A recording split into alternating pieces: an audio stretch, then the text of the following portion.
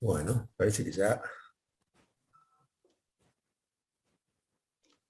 Me parece que estamos casi todos. Ujú. Buenas tardes, sí, estoy viendo las... Buenas tardes a todos, chicos. Buenas Bienvenidos. tardes. Para que terminen de ingresar, porque veo que van paneando, apareciendo en el chat. Sí, sí. ¿Sí?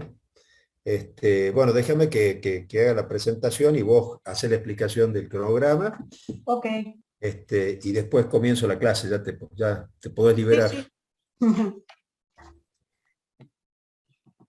¿Qué eres? Bueno, buenas tardes a todos. Esta es la primera clase de esta asignatura, Derecho Administrativo, en el plan de Contador 2019. Lamentablemente todavía no podemos volver a las experiencias presenciales, que es lo que más desea la cátedra verdaderamente, pero las realidades, digamos, de sanitarias condicionantes nos obligan a dar continuidad a esta técnica, que ha resultado bastante eficaz en muchos sentidos, pero que necesita complementariamente una mirada y un contexto en donde digamos, un contexto de relaciones humanas en donde seguramente ustedes tendrían mucho más posibilidades de aprovechamiento. Es decir, nos impide, por ejemplo, desarrollar una actividad en pizarrón, es decir, vamos a trabajar con PowerPoint para hacerlo un poco más, un poco menos dura, menos rígida la clase, pero evidentemente la complementación del movimiento del aula y el pizarrón hubieran sido herramientas que hubieran seguramente estimulado mucho más claramente el acceso de ustedes a la temática del conocimiento de esta materia. Yo quiero señalarles una sola cosa, si vamos a ver el derecho administrativo. Ustedes con esta materia cambian violentamente de espacio de conocimiento, ¿no es cierto? Porque inclusive ustedes tuvieron como materia correlativa previa el derecho privado, que se cimenta y se sustenta en principios, en una organización y en un sistema jurídico completamente diferente al derecho público. Y el derecho administrativo es derecho público, en definitiva, ¿no?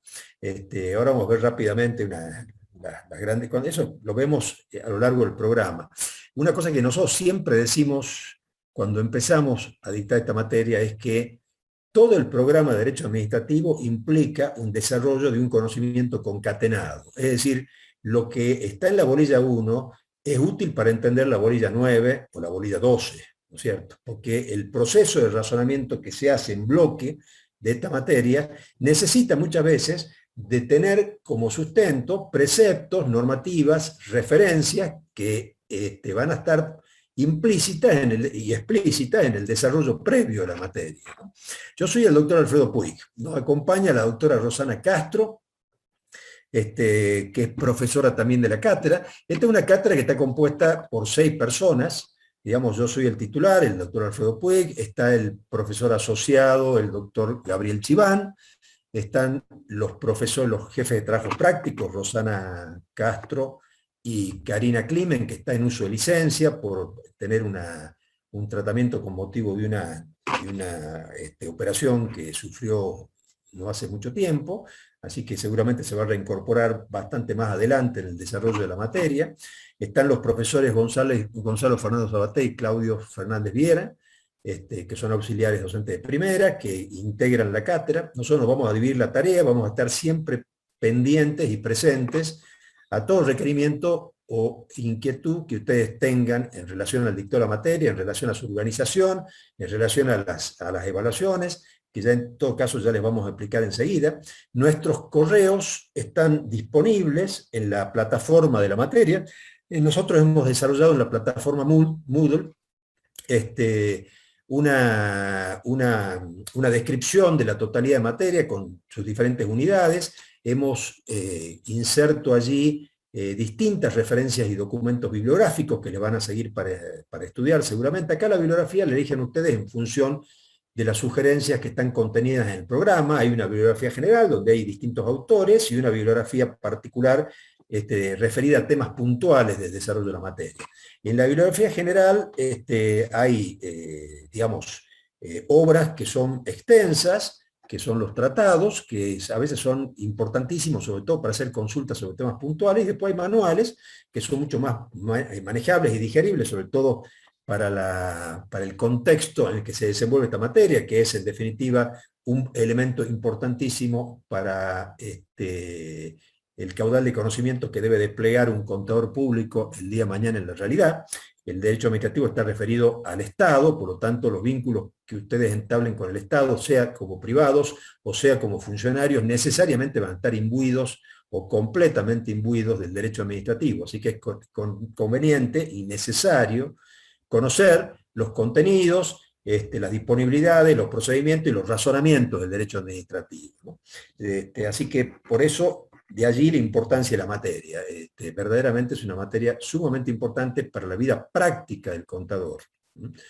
A pesar de que sea una materia jurídica, de un contenido abstracto, el Estado es complejo, el derecho administrativo es necesariamente complejo. Lo que ha hecho la cátedra es seleccionar dentro del conjunto del derecho administrativo los aspectos más importantes que entendemos van a actuar como conocimientos importantes para ustedes, para el ejercicio práctico de la profesión.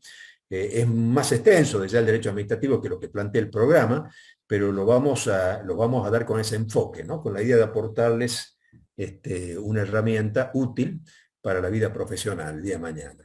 De tal manera que antes de empezar el desarrollo de la materia, yo le voy a pedir a la doctora Rosana Castro que nos explique un poco cómo tenemos planificado el desarrollo de la materia, y en definitiva los tiempos en que nos vamos a encontrar regularmente o las evaluaciones para poder llevar adelante las metas que nos tenemos propuestas, ¿no?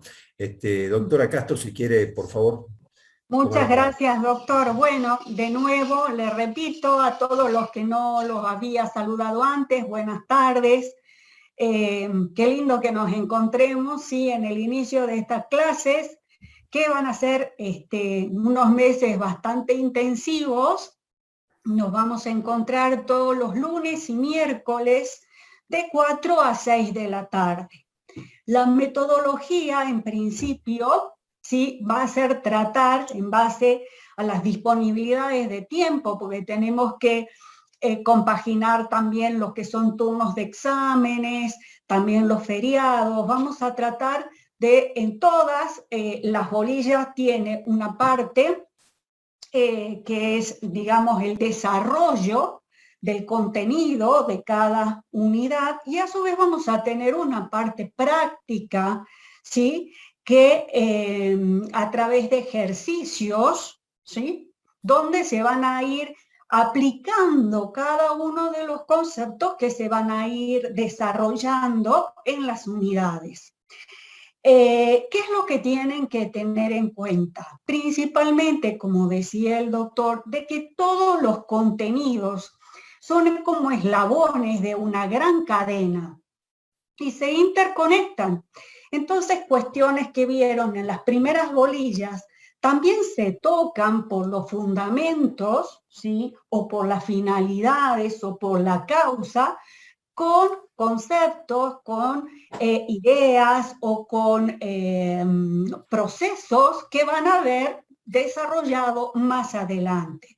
Entonces, estos no son compartimentos estancos, es decir, estudié la unidad 1 y me olvidé porque ya está y no tiene nada que ver con las 5 o con las 6. Todo se interconecta porque el derecho, ¿sí? El derecho administrativo es uno solo. Recomendaciones. ¿Qué tienen que tener ustedes a su lado para seguir las clases y estudiar esta materia? Tienen que tener la Constitución de la Nación, la Constitución de la provincia, la Ley Nacional de Procedimientos Administrativos y la correspondiente reglamentación, es un decreto reglamentario. Todo esto ustedes lo tienen disponibles en internet, ¿sí? Hay un sitio que se llama infoleg.com, ¿sí? Donde pueden bajar toda la normativa, incluso cuando sea necesario utilizar el Código Civil y Comercial, particularmente en qué bolillas van a necesitar el Código Civil y Comercial.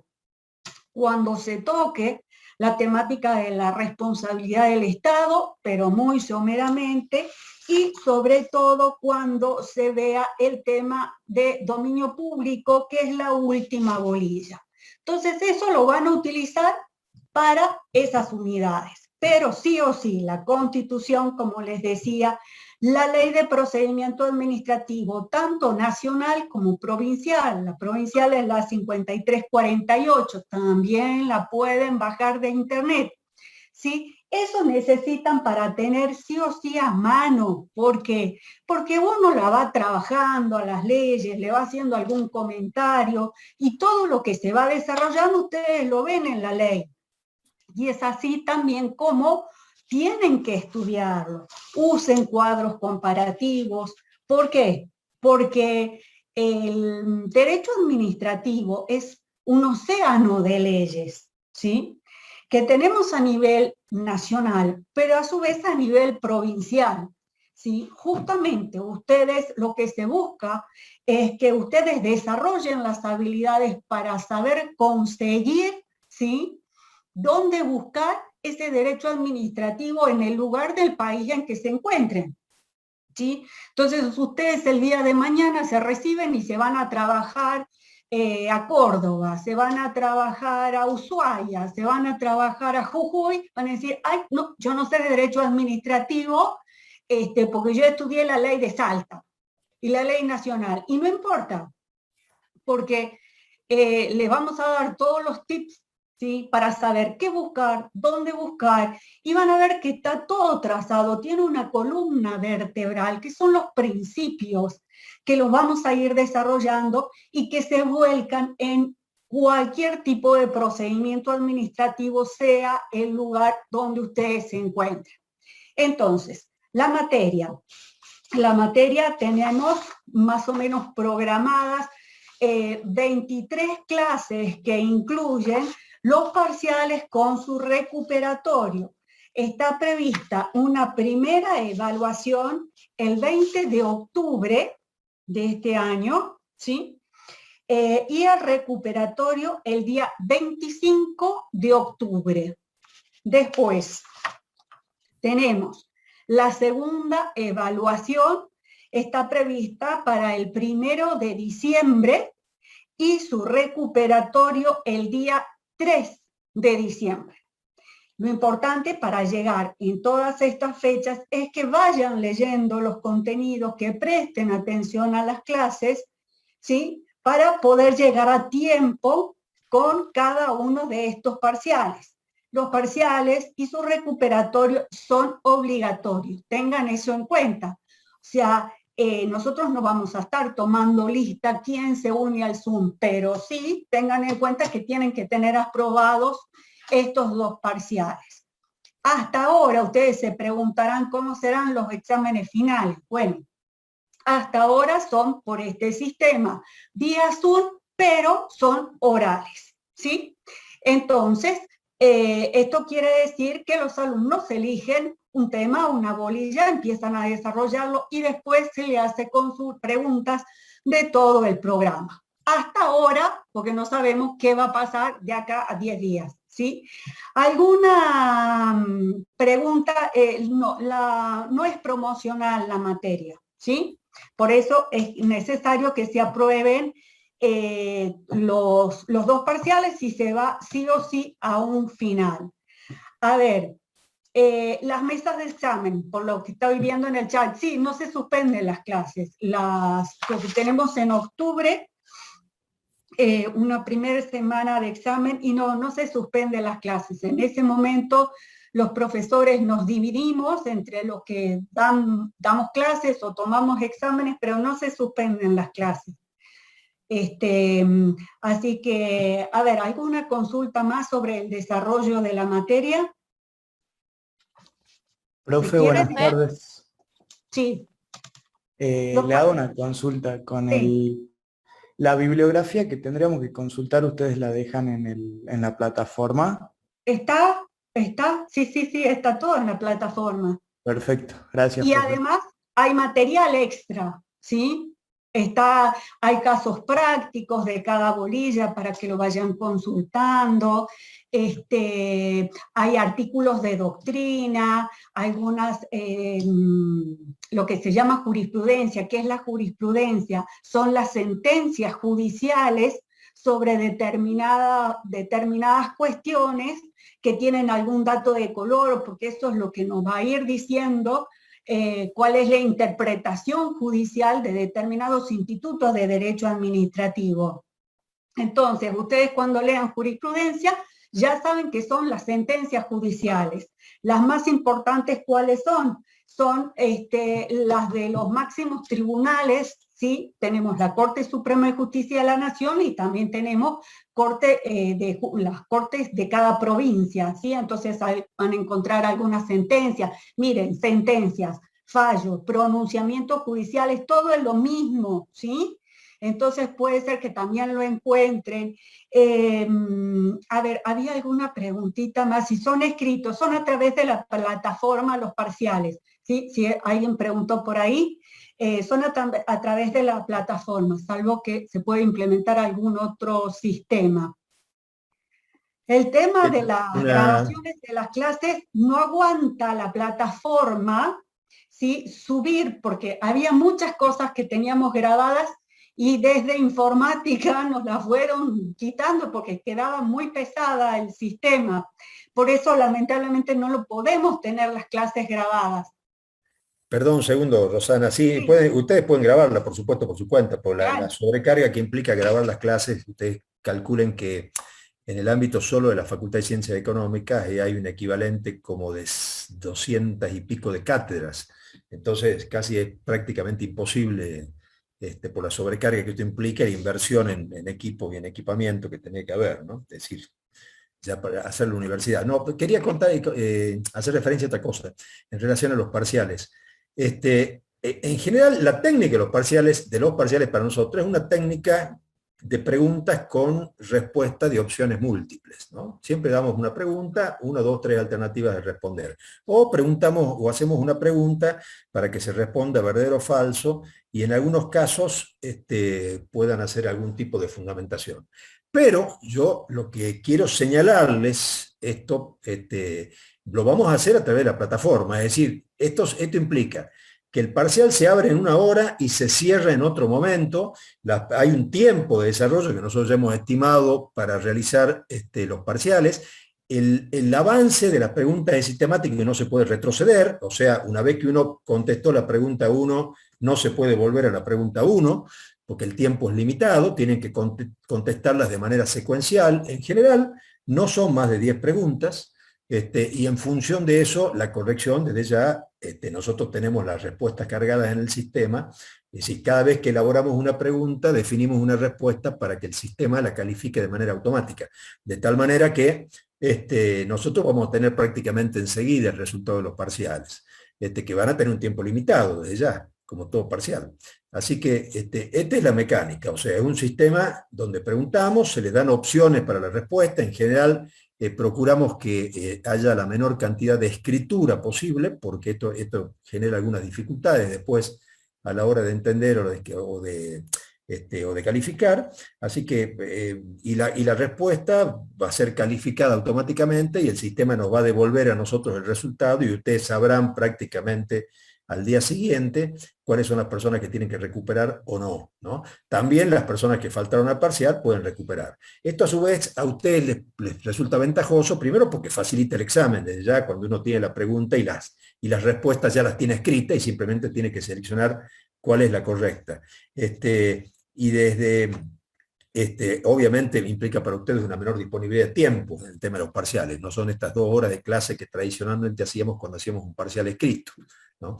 Esto nos facilita a nosotros y les facilita a ustedes la tarea, ¿no es cierto? Así que, y he visto ahí, en general, el parcial va a ser por la mitad del programa. O sea, hemos calculado llegar hasta ese momento con la unidad 6 ya dictada, ¿no? Este es un programa de 12 unidades, por lo tanto, la unidad 6, ya no me acuerdo. De invalidez de los actos administrativos. Sí, perfecto. Sí. Ese va a ser. Así que hasta el procedimiento, bueno, Y es en la misma hora de clases, o sea, generalmente vamos a compartir digamos, las 2 horas, un pedacito, digamos, de la hora va a ser el parcial, y el resto vamos a retomar las clases para poder ir avanzando, ¿sí? Porque justamente no hay suspensión de clases durante la semana de exámenes. Así que sí, va a ser, o sea, un rato el parcial y el resto se va a implementar la continuación, digamos, con clases, ya sea teóricas o prácticas, según lo que sea ese día. Así que, bueno, díganme alguna otra consultita más. Buenas tardes, profe, ¿cómo le va? Hola, Yo ¿qué sí. tal? Sí. Yo quería pedir, o sea, más que nada estaba escuchando la grabación de las clases. Yo quería saber si, bueno, yo podría grabar las clases y si habría algún problema si yo creo un canal de YouTube y subo sus clases ahí, ¿habría algún problema por parte de la cátedra o de algún profesor? No sé. Que usted las grabe y las suba, no. No hay problema. Usted las puede subir. No hay ningún problema. Las clases son públicas además, así que no hay inconveniente en que usted las suba. Sí, sí. Claro. Muchísimas Sí. gracias, profe. De nada. De nada. De nada. El problema es el sistema de la universidad, como que se había puesto tan pesado el año pasado que no aguantaba, no aguantaba tanto material que había por parte de los profesores. Bueno, no sé si están todos en condiciones. Hay una pregunta sobre la regularidad. Yo a ese tema de la regularidad le pido que consulten la facultad, porque yo sé que hay inconvenientes en relación al procedimiento de equivalencias. Así que esa no es una respuesta que yo le pueda dar en este momento. ¿Sí? No sé quién más quiere preguntar en relación a eso, pero no. Sí, les vuelvo a repetir que hay, o sea, la materia no es promocional, ¿sí? Esto se rinde, tiene un examen final. Si es equivalente a la materia, solamente hay una diferencia, con la de licenciatura, hay una diferencia de una bolilla. ¿Sí? En derecho 3, derecho... No, pero en claro. derecho administrativo son más bolillas. El problema es que nosotros tenemos otra distribución y otro enfoque en el derecho administrativo, en el plan de contador público. Y a su vez tiene la parte práctica. Sí, no, es que por alguna razón en la normativa que aprueba la carrera no está contenida la equivalencia. Y entonces hay un problema en la facultad, y ya hay algunos pedidos, pero bueno, la facultad no ha resuelto esa cuestión. Así que todo tema de equivalencia, en este caso, en relación a esta materia y a Derecho 3, consultarla en la facultad. ¿Sí? Sí, sí. No es exactamente igual. Bueno, chicos, yo los dejo entonces con el doctor Puig. Bueno, cualquier cosa, estamos para lo que necesiten y abierto a todas sus consultas. Los trabajos prácticos no se tienen que entregar porque los trabajamos durante la clase, ¿sí? Por eso es muy importante que cuando sea la unidad práctica de cada bolilla, o sea, estén presentes, participen, porque ahí van a poder, digamos, volcar todas las dudas que le quedó de la clase anterior cuando se dio la parte teórica, ¿sí? Entonces esto lo trabajamos todos y es muy enriquecedor y la verdad es que se fijan, ¿sí? Todos los conceptos. Sí, porque es una forma de revisar lo desarrollado. Bueno, gracias, Rosana. Nos estamos viendo y empezamos un poco la temática específica de la clase. Yo tengo una pregunta, mil disculpas, ¿no? Por la... hágala por el chat ya. Cerramos la etapa de explicaciones, porque si no, cada uno tiene una inquietud singular. Hágala por el chat, después se la contesto al final. Ahora empezamos la clase. Chao, hasta luego. Voy a compartir un Power para que empecemos la clase. Ustedes de todas maneras lo van a ir desarrollando. Creo que lo tengo aquí. Compartir. ¿Sí? Cualquier cosa me escriben por el chat, después las preguntas posteriores, porque si no los razonamientos tardíos terminan enredando la posibilidad de comienzo. Y ya casi ha pasado media hora del comienzo de la clase. Si falta algo que queda pendiente, lo terminaremos al principio de la clase que viene y ahí trabajaremos sobre lo práctico. Bien. Acá está un poco el concepto, yo me he dado cuenta que el desarrollo de la unidad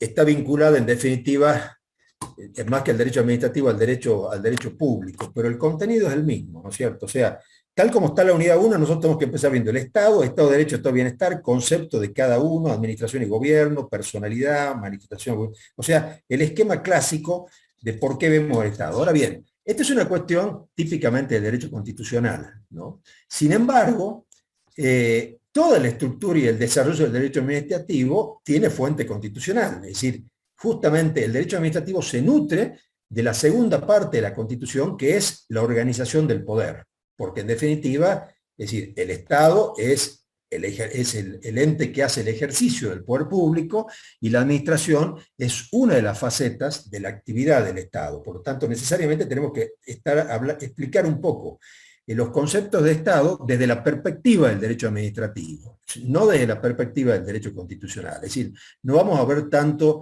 los conceptos sustantivos de la organización del Estado y el alcance de su poder, sino estrictamente aquellas funciones que desde el Estado se proyectan hacia la actividad del derecho administrativo, ¿no? Como dijo la profesora Rosana, en la plataforma están prácticamente aportes y apuntes sobre todas las unidades. Esta, por supuesto, está allí y seguramente va a haber, nosotros tratamos de actualizarla a cada tanto periodo de tiempo, cuando es posible. No me acuerdo si esta está específicamente actualizada, pero sí todos los contenidos están allí desarrollados. Además que hay información y bibliografía complementaria, cosa que ustedes puedan, si tienen interés, ampliar un poco el marco de conocimiento. ¿A qué llamamos Estado? Es decir, en definitiva, este es un concepto que ha ido desarrollándose a lo largo del tiempo, ¿no es cierto?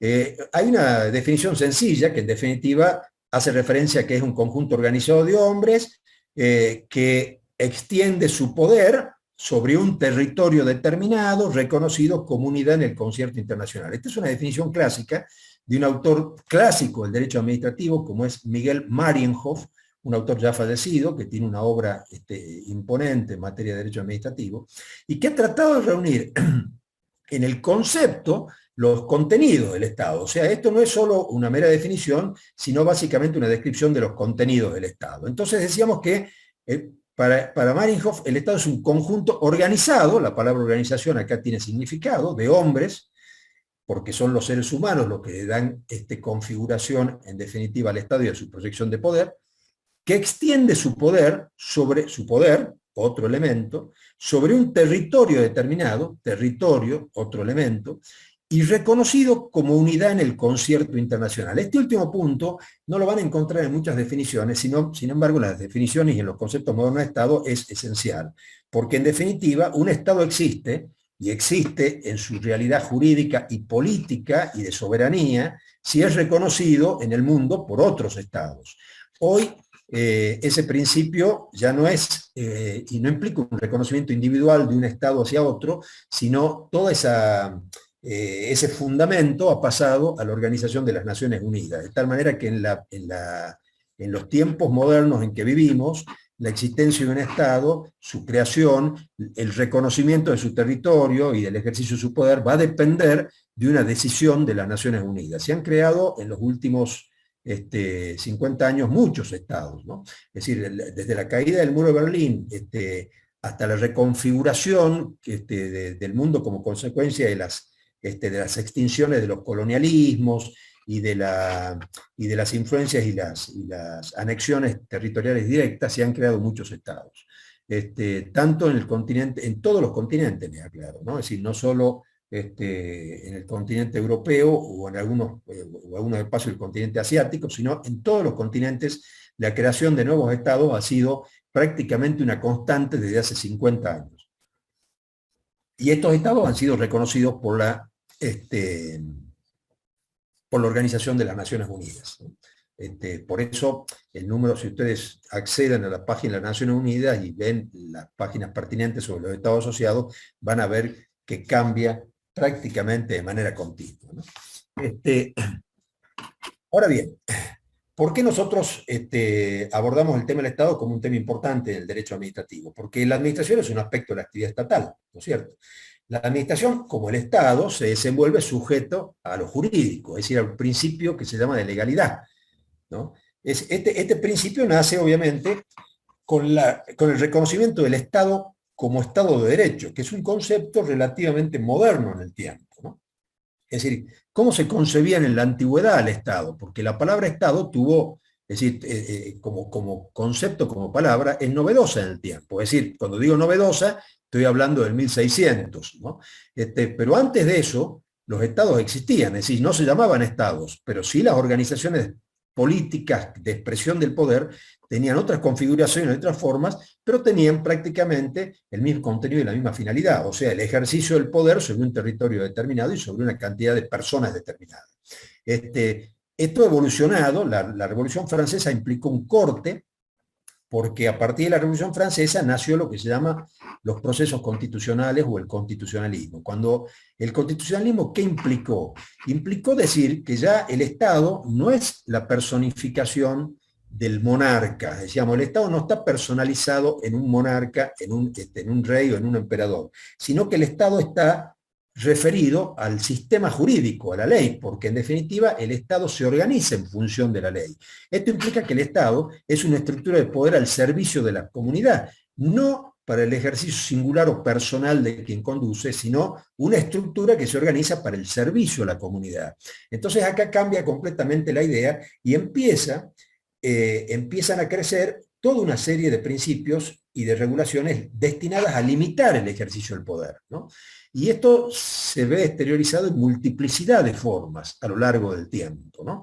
Ustedes piensen que en la antigua polis griega, por ejemplo, en las ciudades griegas, la idea era la idea de la sociedad civil, es decir, los griegos tenían claro que la reunión de ciudadanos en un espacio que en definitiva decidían sobre los destinos de esa comunidad, ellos le llamaban sociedad civil, porque la sociedad civil era un concepto que superaba, estaba por encima de la gente. Era un concepto genérico que abarcaba a todos, pero no tenía como destinatario a ninguno en particular, sino a la comunidad toda. Y desde ese punto de vista, la democracia griega, que era muy, muy peculiar, porque no era un sistema de elección como el que conocemos, sino muy distinto, y bastante limitado a los que se llamaban, en definitiva, patricios, ciudadanos, pero en definitiva tenía un componente colectivo, ¿no? En el Imperio Romano eso cambia completamente. Bueno, no vamos a hacer la historia, pero lo que quiero decirles es que en relación al poder, ¿no es cierto?,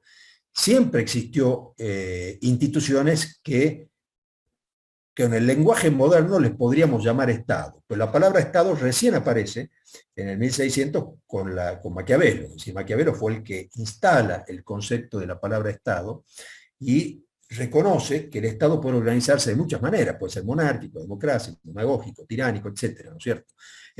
Puede tener muchas calificaciones, pero en definitiva el Estado es una estructura de poder que está por encima del individuo concreto, y su organización siempre está destinada a la producción de normativas, disposiciones y servicios relacionadas con los fines de la comunidad y no con los fines de quienes detentan el poder. Esto se construye de muchas maneras. Y acá entonces yo decía, desde la Revolución Francesa aparece la idea del Estado de Derecho. ¿Qué es el Estado de Derecho en definitiva?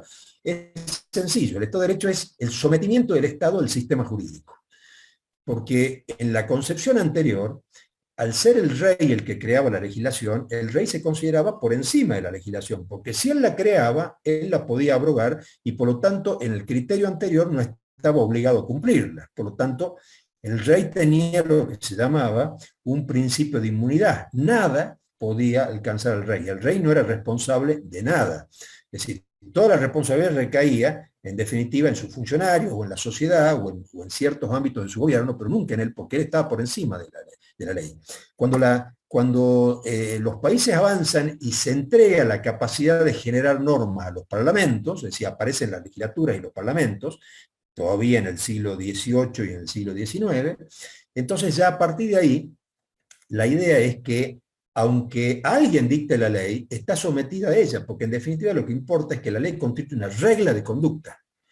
Y una regla de conducta implica que todos están sometidos en igualdad de condiciones a su cumplimiento. Por lo tanto, Estado de Derecho es someterse al cumplimiento de la ley. Y esa ley es exigible aún al órgano o a la entidad que la crea, sea el monarca, sea el parlamento.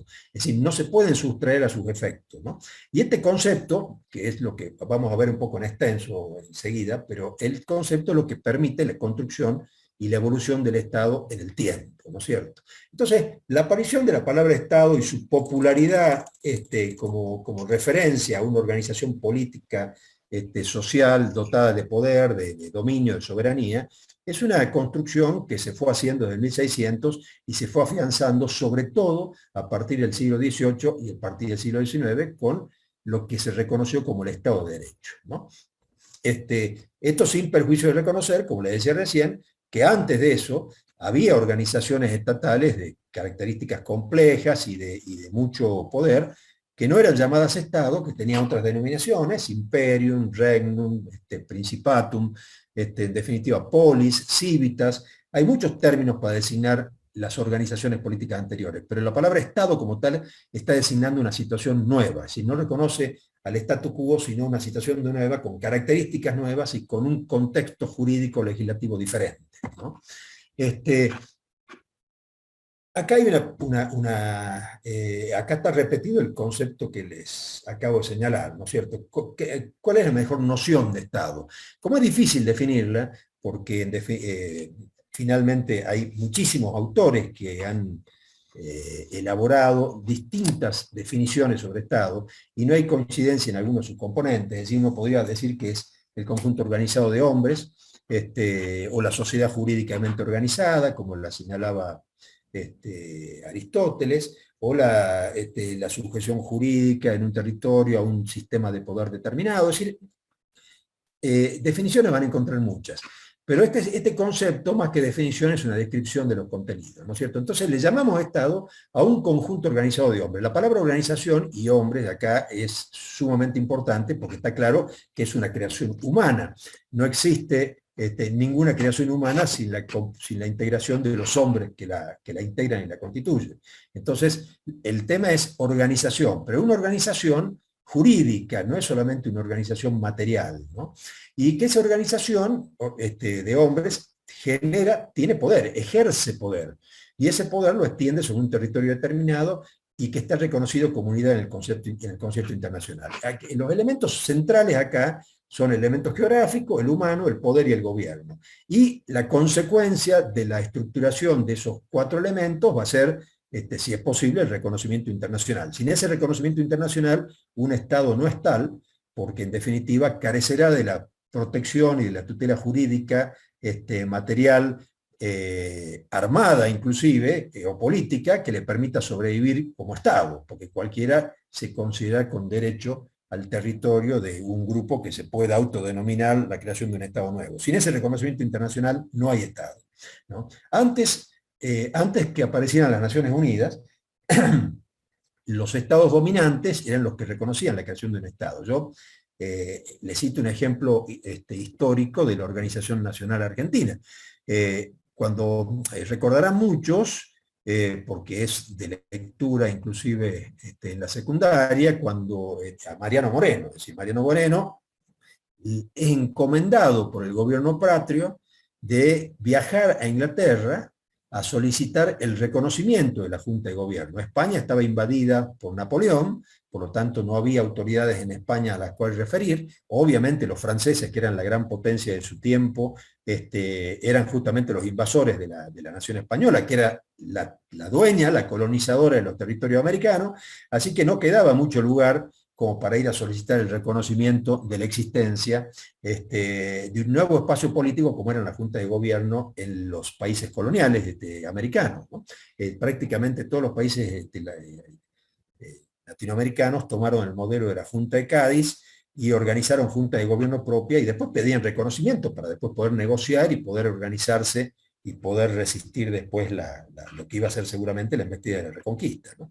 Entonces, en este viaje, Mariano Moreno que fallece durante el viaje, él tenía como cometido negociar con la autoridad inglesa el reconocimiento de la Junta de Gobierno y de nuestro país como un territorio colonial con gobierno autónomo, porque todavía en ese momento no estaba todavía demasiado cimentada la idea de independizarnos de España, sí de crear un gobierno propio, que aún con relaciones y vínculos con el poder colonizador, tuviera amplia autonomía y decisión propia, ¿no? Esto, bueno, no pudo concretarse con Mariano Moreno, que falleció durante el viaje, pero después se concretó con otros viajes, de Belgrano y demás. Así que, en definitiva, el tema es, cuando se habla de Estado, y dentro del Estado, la noción de poder, de organización y territorio, esto existe en la realidad fáctica, material, solo cuando existe un reconocimiento respecto a su existencia, ¿no? Y esto fue antes y fue ahora, antes con un método, hoy con otro método mucho más civilizado, si se quiere, porque las Naciones Unidas, en general, más allá de que decide con la votación de sus integrantes, en general reconoce las realidades de las distintas situaciones sociales, políticas, económicas, y ha reconocido la existencia de muchos países para evitar inclusive cuestiones de guerra que se produzcan internamente, entre espacios que se escinden y espacios que se constituyen como nuevas instituciones y nuevos países, ¿no? Ahora, ¿qué es el elemento geográfico, humano, poder y gobierno, ¿no? El elemento geográfico habla de un territorio, pero cuando hablamos en derecho de territorio, del espacio geográfico donde habitan un conjunto de personas, y en definitiva se ejerce el poder, estamos hablando de los límites del poder. O sea, el elemento geográfico lo que determina es el espacio de competencia o de soberanía que puede ejercer un país en un espacio territorial determinado, ¿no? Cuando hablo de tierra, hablo también de la proyección marítima, pero bueno, eso va implícito en la concepción de Estado de hoy. Lo cierto es que lo geográfico no es un mero espacio territorial, sino es el espacio en donde ese Estado organizado ejerce su poder concreto, su poder soberano, ¿no es cierto?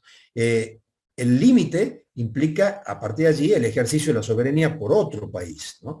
Esto tiene una sola excepción, que es obviamente el de las representaciones diplomáticas. Ustedes conocerán seguramente que en el mundo hay convenios que aceptan que cuando un país tiene una representación diplomática en otro, el espacio territorial que ese país le asigna a la embajada o a la representación diplomática del otro país está sujeto a la jurisdicción del país invitado, no del país anfitrión. De tal manera que constituye un espacio de extraterritorialidad para el país anfitrión en el que no puede introducir su propia normativa y tiene que reconocer la realidad jurídica de ese país que está invitado y que tiene una representación diplomática en ese lugar, ¿no? Es decir, las embajadas están sujetas a una situación de jurisdiccionalidad, ¿no?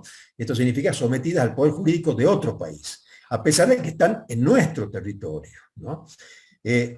Esos supuestos son supuestos excepcionales, desde ya requieren que los países tengan relaciones de tipo diplomática, comerciales, políticas, etcétera, que se reconozcan en su existencia y en su realidad histórica y política, y entonces se hacen acuerdos sustentados hoy en una normativa internacional que está aprobada por las Naciones Unidas y que reconoce a los territorios de esta manera, ¿no? Es el único caso en donde va a haber un pedazo de territorio propio en un país extranjero, ¿no es cierto? En un país extranjero, que no puede ser vulnerado por ese país, porque esa es justamente la condición de que exista una zona como protegido, tutelada, y el país anfitrión está obligado a proteger ese territorio de cualquier situación de violencia generada en su propio territorio, de tal manera que hay una obligación de protección y de tutela, ¿no?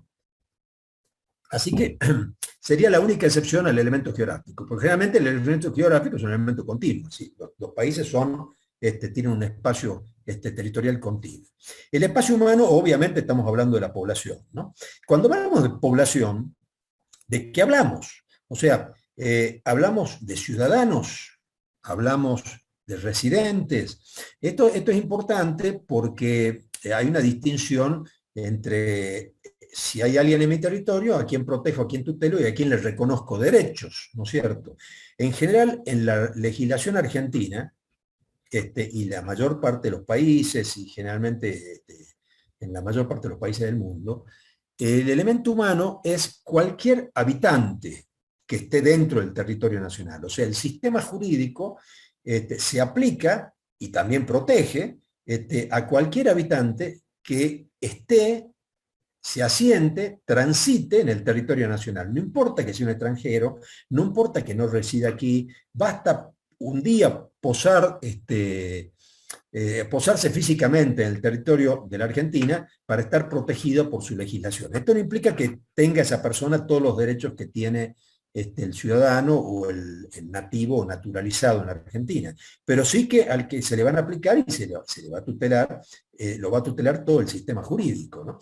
Esto es importante porque entonces cuando hablamos del elemento humano, hablamos de los habitantes que integren o que estén dentro del territorio de ese país, y no solo de los ciudadanos, o no solo de los residentes, o no solo de los nativos naturalizados, ¿no? Es decir, hablamos de toda persona, ¿no? Es decir, a eso le llamamos habitante. Toda persona que ingresa al territorio nacional automáticamente es alcanzado por su sistema jurídico, ¿no? Bueno, el poder evidentemente es la capacidad coactiva que tiene el Estado de hacer cumplir sus disposiciones normativas y sus decisiones políticas, ¿no? El poder es un elemento integrante y sustancial del Estado. Sin ese poder no se puede verdaderamente ni defender el territorio, ni imponer normativas y condiciones a las organizaciones sociales, etc. Y de ella el gobierno implica ya la estructura orgánica que tiene como finalidad el ejercicio de ese poder en ese territorio y sobre las personas a las que le alcanza la legislación, ¿no? Este es un poco el esquema general. Este es un tema que surge del derecho administrativo, pero se proyecta claramente en el derecho administrativo, surge el derecho constitucional, pero se proyecta claramente en el derecho administrativo, porque justamente a partir de eso, a partir de esta concepción de la organización, es que nace, se estructura y se desarrolla el derecho administrativo, ¿no? ¿Y a qué llamamos caracteres del Estado? ¿No es cierto? Las caracteres del Estado tienen que ver con estas cuestiones que están aquí, ¿no? Es decir, el Estado es independiente de otros, evidentemente, es decir, esta es un poco la cualificación de la soberanía, la independencia frente a otros países, el poder dictar sus propias normativas internas sin injerencia externa, es autosuficiente, es decir, no depende de otros Estados para decidir, actuar y organizarse, tiene un aparato administrativo que se ocupa de la prestación de los servicios, y tiene el monopolio de la fuerza, es decir, uno de los elementos característicos del Estado moderno es que ha expropiado el poder de la venganza de los ciudadanos y ha definido el monopolio de la fuerza. Por lo tanto, solo el Estado retribuye cuando se produce un delito. No lo puede hacer el particular en venganza por la restitución del daño infringido, ¿no? Necesariamente tenemos que sujetarnos a un régimen jurídico impuesto por el Estado en función del monopolio de la fuerza, ¿no? Estas concepciones, salvo lo que compete a la soberanía, valen para el Estado nacional como para provincia y municipio. O sea, cuando hablamos de Estado, hablamos de Estado nacional, provincial y municipal, que son los tres tipos de Estado que tenemos en la Argentina. En los países centralizados, en general, las provincias y los municipios tienen otra categorización porque la normativa se centraliza en el poder central. En cambio, en un país federal como el nuestro, hay una desagregación de competencias y por lo tanto una desagregación del poder dictar normas y darse una determinada organización y aplicarlas al conjunto de los ciudadanos, ¿no? Pero el concepto de Estado vale para los tres niveles de... ¿A qué llamamos Estado de Derecho? Bueno, acá yo quiero seguir el programa. Yo les decía hace un rato que el Estado de Derecho es un concepto que nace, y una constitución que nace con la Revolución Francesa y el advenimiento de lo que llamamos el proceso de constitucionalismo, es decir, la sujeción de la organización de un país a un estatuto constitucional, ¿no? Es cierto que la Constitución norteamericana es anterior, la Constitución norteamericana es de 1773, la Constitución francesa de 1789, pero la Constitución americana, como nace, es una simplemente distribución de las funciones del poder, ¿no? Nace como una división, como con la integración de los tres poderes del Estado clásico, legislativo, ejecutivo y judicial, la distribución de las funciones entre esos tres poderes, y después va incorporando un conjunto de derechos a través de lo que en derecho norteamericano se llaman enmiendas. En cambio, la Constitución francesa es un sistema completo de derechos, deberes, garantías, además de un sistema orgánico que establece cuáles son los poderes del Estado y cuáles son las funciones que tiene cada uno. Esa sistematización es una sistematización verdaderamente original y que tiene una muy fuerte influencia en las constituciones que se van dictando posteriormente a lo largo del tiempo, ¿no? ¿Qué caracteriza el derecho, el Estado de Derecho? O sea, el Estado es un derecho, Estado de Derecho es básicamente abstencionista. ¿Qué significa abstencionista y no intervencionista? Significa que parte de la base que los derechos pertenecen a las personas y que se ejercen según su propia autonomía de voluntad, ¿no? Este concepto de autonomía de la voluntad es un concepto muy típico de la construcción del Estado original, del Estado de Derecho original, en donde el Estado tiene que intervenir lo menos posible, a pesar de tener el monopolio de la fuerza, a pesar de tener la titularidad de los servicios, la prestación de los servicios que posibilitan el ejercicio de los derechos. En general el Estado trata de no meterse en las realidades sociales de la sociedad civil, de las personas, y toda la legislación civil se transforma en una legislación central, en donde aparecen las regulaciones y las consecuencias de las decisiones y de los hechos que producen las personas individualmente consideradas, ¿no? Pero más allá de que es un Estado abstencionista, lo caracterizan también tres cosas muy importantes. Primero, que diferencia el poder de dictar la Constitución del poder legislativo común, ¿no es cierto? Esto evita que las circunstancias políticas coyunturales puedan determinar la existencia de los derechos que están establecidos en la Constitución. Son dos funciones distintas. Fíjense que en nuestra Constitución Nacional, para reformar la Constitución tenemos que convocar una convención constituyente, un proceso que se está llevando adelante en Salta, ¿no? El legislativo no puede modificar la Constitución, solo puede, y esa es la función que la Constitución le da, declarar la necesidad de su reforma. Pero a partir de allí empieza un procedimiento diferente, donde el único órgano o poder que puede reformar la Constitución es una convención constituida al efecto, que se llama Convención Constituyente, y que además tiene un mandato, no puede reformar cualquier cosa, solo puede reformar aquello que está declarado como necesario para la adecuación constitucional. Estos son límites al ejercicio del poder y evitar que un órgano del Estado asuma la totalidad del poder público invocando la naturaleza de las funciones de que ha sido investido a través de una elección popular, ¿no? Así que en definitiva, separar el poder constituyente del poder legislativo común es una característica del Estado de Derecho. También lo es el que haya una constitución escrita o semirrígida. En los países anglosajones, no todos, la mayoría tienen constituciones, Inglaterra, por ejemplo, algunos, o Islandia, Australia, tienen un sistema, el Common Law, que no es una constitución sistemática, escrita completa. Tienen normas constitucionales, pero no tiene una constitución completa que contenga toda la relación de derechos y garantías como las que tenemos nosotros, ¿no? Funcionan con otra idea que tiene que ver con su experiencia histórica, digamos, desde el famoso Estatuto de Derechos, Bill of Rights, ¿no? Pero en definitiva, la mayor parte de los países que integran el sistema constitucional tiene una constitución escrita, que resulta difícil de reformar, ¿no? Y eventualmente puede reformarse o enmendarse algún aspecto puntual bajo un procedimiento que es bastante complejo, ¿no? Pero en definitiva es una constitución escrita y semirrígida. Después, por supuesto, la separación y la distribución de los poderes. El Estado de Derecho determina la distribución de los poderes entre legislativo, ejecutivo y judicial. Las constituciones modernas han incorporado otros órganos, ya lo vamos a ver después, pero en definitiva la idea es que el poder esté distribuido, ¿no? Y finalmente, un cuarto punto, que ya tiene que ver más bien con herramientas que se definen por vía legislativa más que constitucional, que es tener medios eficaces para que las personas puedan invocar y hacer valer sus derechos, porque de nada sirve que una constitución me reconozca derechos si no tengo una vía instrumental para hacérmelos reconocer. Desde ya que esto es el sistema judicial en general, pero el Estado de Derecho tiene que garantizarle a las personas vías y formas de hacer valer o respetar los derechos que tienen reconocidos por la Constitución, ¿no?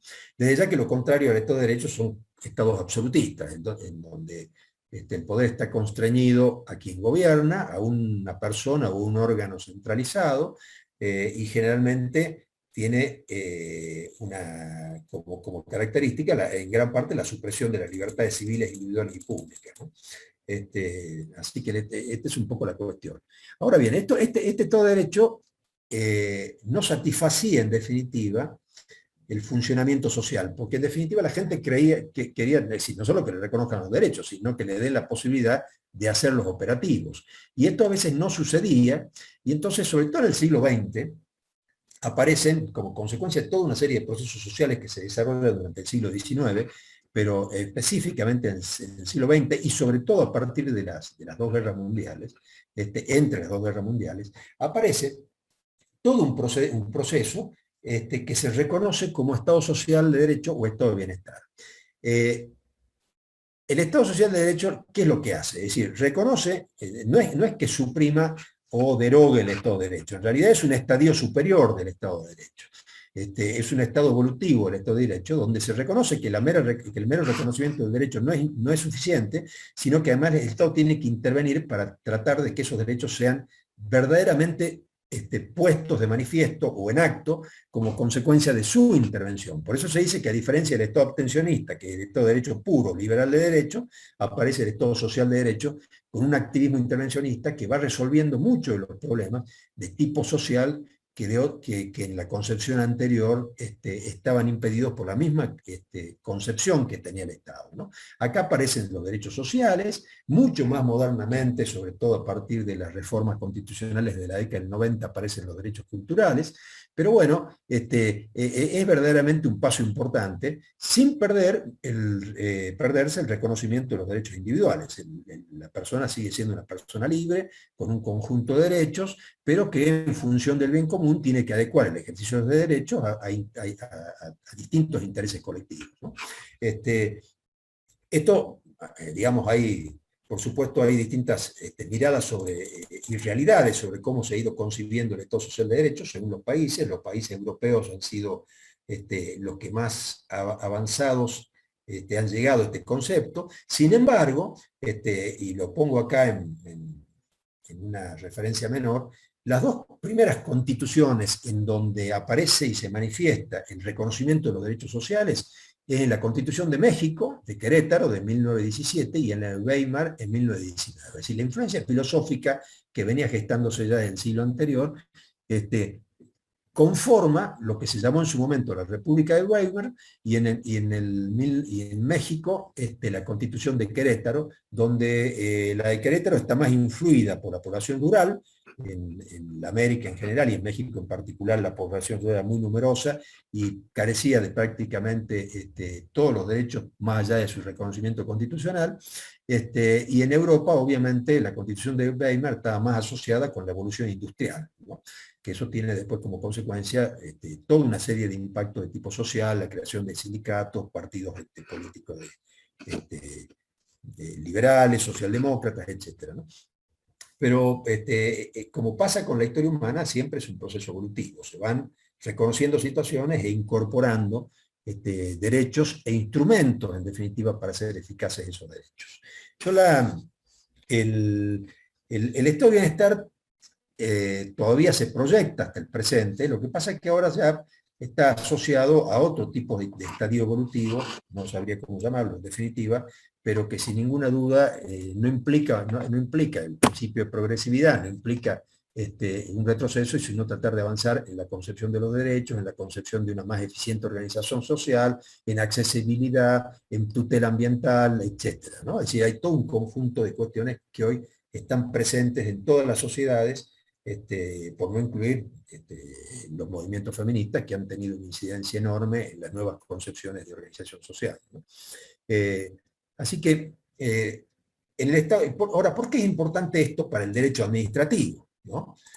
Antes de hablar de gobierno, porque en la medida que el Estado incorpora cometidos, hay regulación administrativa. En definitiva, Si el derecho administrativo tiene como, ya lo vamos a ver después cuando veamos derecho administrativo en otra unidad, ¿no? Pero si el derecho administrativo tiene como finalidad el ejercicio de la función administrativa del Estado, está claro que a mayor incorporación de funciones o de actividades, mayor regulación normativa, por lo tanto, expansión del derecho administrativo.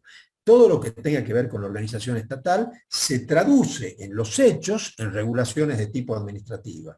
Y por eso nos interesa conocer qué significa el Estado de Derecho, el Estado social de Derecho como estadio evolutivo del Estado de Derecho y la influencia de distintos movimientos de tipo social, político, económico, acontecidos en el mundo, que van incidiendo sobre los roles del Estado, la actividad concreta de intervención que el Estado pueda tener en el medio, o la actividad cuando no interviene, la actividad regulatoria de la actividad privada, cuando ello es importante por su trascendencia social. Y en todos los casos hay allí, entonces, existencia de derecho administrativo, ¿no?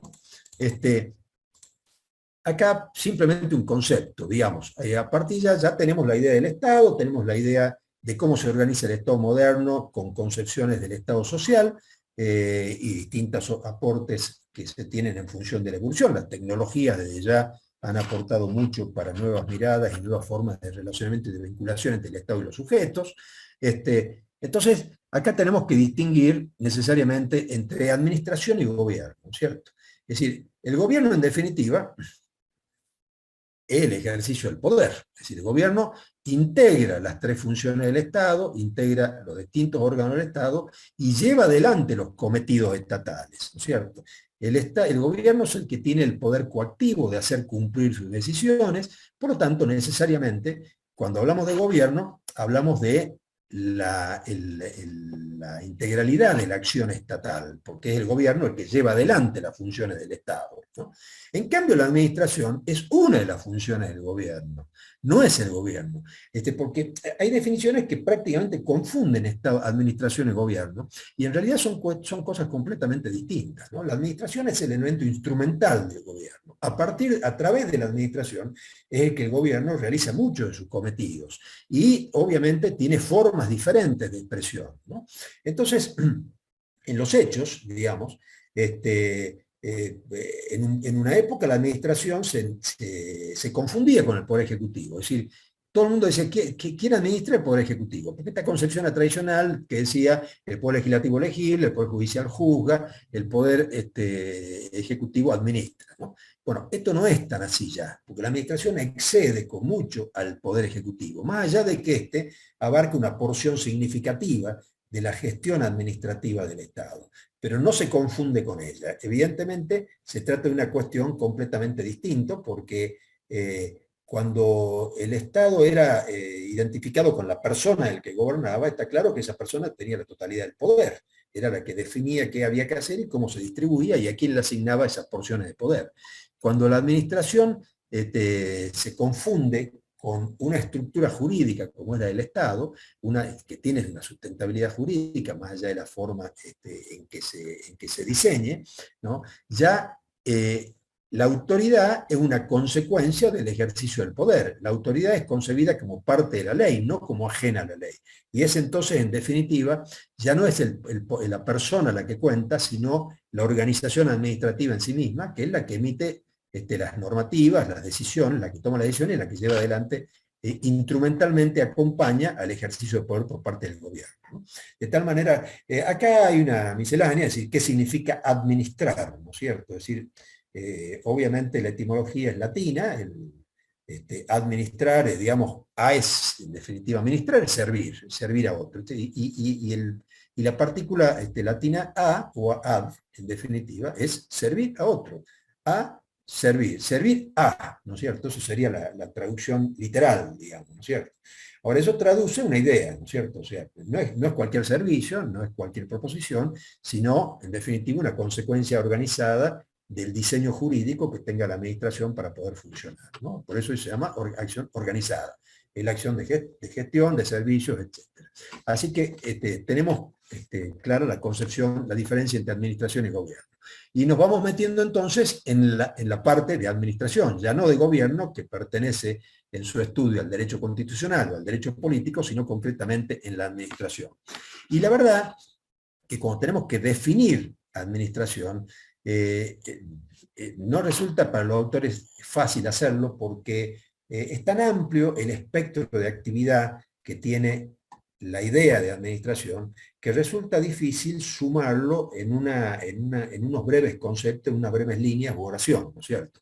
Entonces, como ha sido un esfuerzo controversial, discutido entre los autores, lo que se aceptó es más bien una descripción de la situación y no tanto una definición. Lo que está puesto en la página que les muestro es básicamente lo que llamamos descripción de qué es administrar. Cuando digo qué es administrar, y entonces decimos, desde el punto de vista del Estado, administrar es una actividad permanente, porque es permanente, hace a la esencia misma de la existencia estatal, la idea de administrar, es una actividad permanente, es concreta y práctica, porque no apunta en abstracto a una cantidad enorme, no apunta a legislar, no apunta a decidir conflictos entre personas, sino apunta a decidir cuestiones concretas, ¿no? El Estado todos los días decide cuestiones concretas. Ustedes imagínense nada más una división primaria de la administración del Estado, entre ministerios, ¿no es cierto? Ministerio de Salud, Ministerio de Gobierno, de Seguridad, Ministerio de Economía, de Hacienda, de Producción, o sea, según los momentos políticos hay más o menos ministerios, pero la división por ministerio es más que una división del trabajo especializado en el Estado. Se le da especialidad a determinadas funciones para que puedan hacerse más eficazmente. Entonces, en los hechos, ya cada una de esas áreas, seguridad, salud, lo que sea, todos los días decide cientos de casos, ¿no es cierto? Cientos de casos, miles, millones. Están todo el tiempo tomando decisiones concretas, alguien que pide una licencia, alguien que pide una diferencia de sueldo, alguien que se presenta para hacer un contrato, alguien que solicita la atención de la salud pública, alguien que solicita la atención, la inscripción en una competencia para adquirir vivienda, alguien que solicita créditos subsidiados, o sea, el tema seguridad, lo que usted quiera. Es decir, cuando uno mira el Estado desde ese punto de vista, se da cuenta la enorme amplitud que tiene la acción administrativa, ¿no? Por eso es tan difícil definirla. Por eso entonces hablamos que es una actividad que es permanente, porque es inherente a la acción del Estado, es concreta y práctica, porque resuelve siempre temas concretos. Administrar significa resolver temas concretos, ¿no? Y de ella la concepción finalista. ¿Para qué se hace esto? Es una actividad permanente, concreta y práctica del Estado, que tiende a la satisfacción inmediata de la necesidad del grupo social y de los individuos que lo integran o del bien común. O sea, en cualquiera de los casos, sea el grupo social, sea el individuo, sea el bien común en abstracto, toda esta actividad apunta hacia eso, porque en definitiva la actividad estatal finalmente está imbricada con la misma explicación de la naturaleza del Estado, que está constituido para la realización del bien común, del bien comunitario, del bien social, ¿no es cierto? A través de todas las herramientas que le da el sistema jurídico, cualquiera sea el ámbito en el que se presente o actúe, ¿no? Entonces, tenemos acá un concepto de actividad administrativa, de administración, que comprende aquello que se hace en el ejercicio de la función de administrar, ¿no? Repito, actividad permanente, concreta y práctica del Estado, que tiende a la satisfacción inmediata de las necesidades del grupo social o de los individuos que lo integran o del bien común, ¿no? Ahora, como veníamos diciendo, la actividad administrativa es distinta a la actividad gubernativa, ¿no es cierto? Es una acción de ella complementaria a la de gobierno, integra, o sea, se subordina al gobierno porque integra la actividad de gobierno, pero la actividad de gobierno es, en definitiva, una actividad mucho más trascendente que tiene que ver con la existencia, la subsistencia y la defensa del Estado, ¿no? Así que el gobierno es la expresión del poder, la administración es la actividad instrumental de cómo se ejercita ese poder en la realidad cotidiana de un país determinado, ¿no? Así que señalo esta distinción. ¿Qué es esto de la personalidad del Estado? ¿No? A ver, yo voy a ver si... no sé si tenemos... No, todavía no. No, después voy a hacer voy a leer los chats 5 minutos y se los voy a contestar oralmente a todos los que tengan inquietudes. Yo voy a seguir hablando y 10 minutos antes voy a abrir un poco el micrófono para que los que tengan alguna inquietud se pronuncie. Digamos, para el Código Civil y Comercial son personas jurídicas todos los entes a los cuales el ordenamiento jurídico les confiere aptitud para adquirir derechos y contraer obligaciones para el cumplimiento de su objeto y los fines de su creación. Esta es una definición que está en el Código Civil. Pues el Código Civil, en definitiva, es el que define a las personas jurídicas justamente para saber cuáles actúan en un ámbito y cuáles actúan en el otro. Es decir, la define porque al definirla de alguna manera distingue entre los distintos ámbitos en los que actúan. Estas personas van a actuar en el ámbito público o en el ámbito privado, ¿no? Entonces, ¿cuál es la importancia, digamos, de reconocerle al Estado una personalidad? Porque hay, como decía hace un rato, antes de la aparición del Estado de Derecho, poder, Estado, era equivalente a rey, a monarca. O sea, el Estado se confundía con la persona del monarca, no era el conjunto social organizado, en definitiva,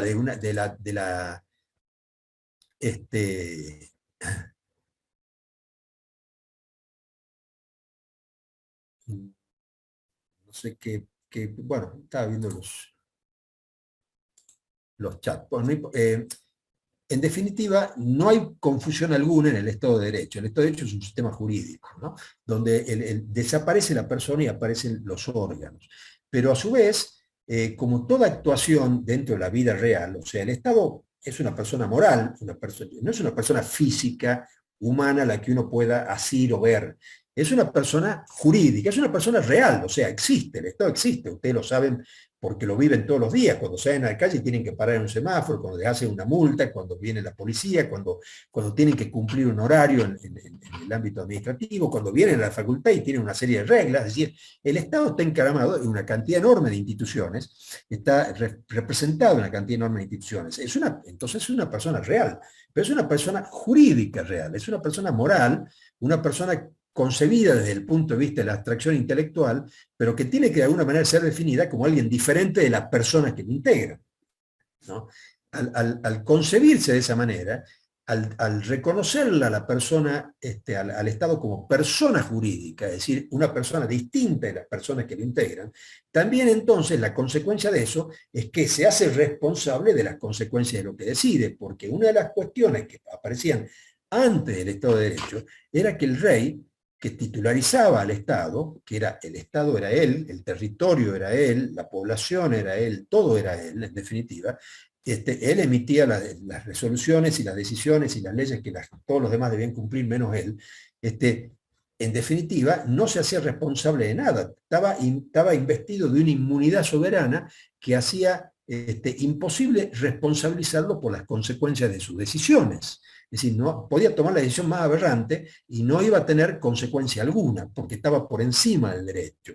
Esto cambia con el Estado de Derecho. Entonces, a partir del momento en que el Estado nace el Estado de Derecho y se reconoce al Estado una personalidad, se le reconoce también que se hace responsable por las consecuencias de lo que decide. Si se toma una decisión que afecta los derechos de una persona, es decir, que la priva, le genera daños, la priva de un espacio de su propiedad, incide sobre su situación familiar de una manera arbitraria, estas cosas, en definitiva, tienen consecuencias, y las consecuencias le van a ser atribuidas a una persona jurídica que llamamos Estado. Puede ser una persona jurídica privada también la que cometa tropelía, pero en definitiva, cuando alguien reconoce a una persona moral, le da personalidad jurídica, la individualiza en el conjunto social y por lo tanto le atribuye las consecuencias buenas o malas de las decisiones que toma. En el Estado es exactamente igual y por tanto en el estado de la evolución que vivimos, el Estado va a ser responsable de las consecuencias de las decisiones que tomen los órganos que lo invistan, las autoridades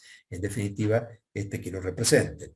Y eso cambia completamente la idea sobre que existen espacios fuera del control jurídico, fuera de las responsabilidades de las decisiones que se tomen, ¿no? Si ya no hay forma de sustraerse a las consecuencias de las decisiones que un funcionario tome.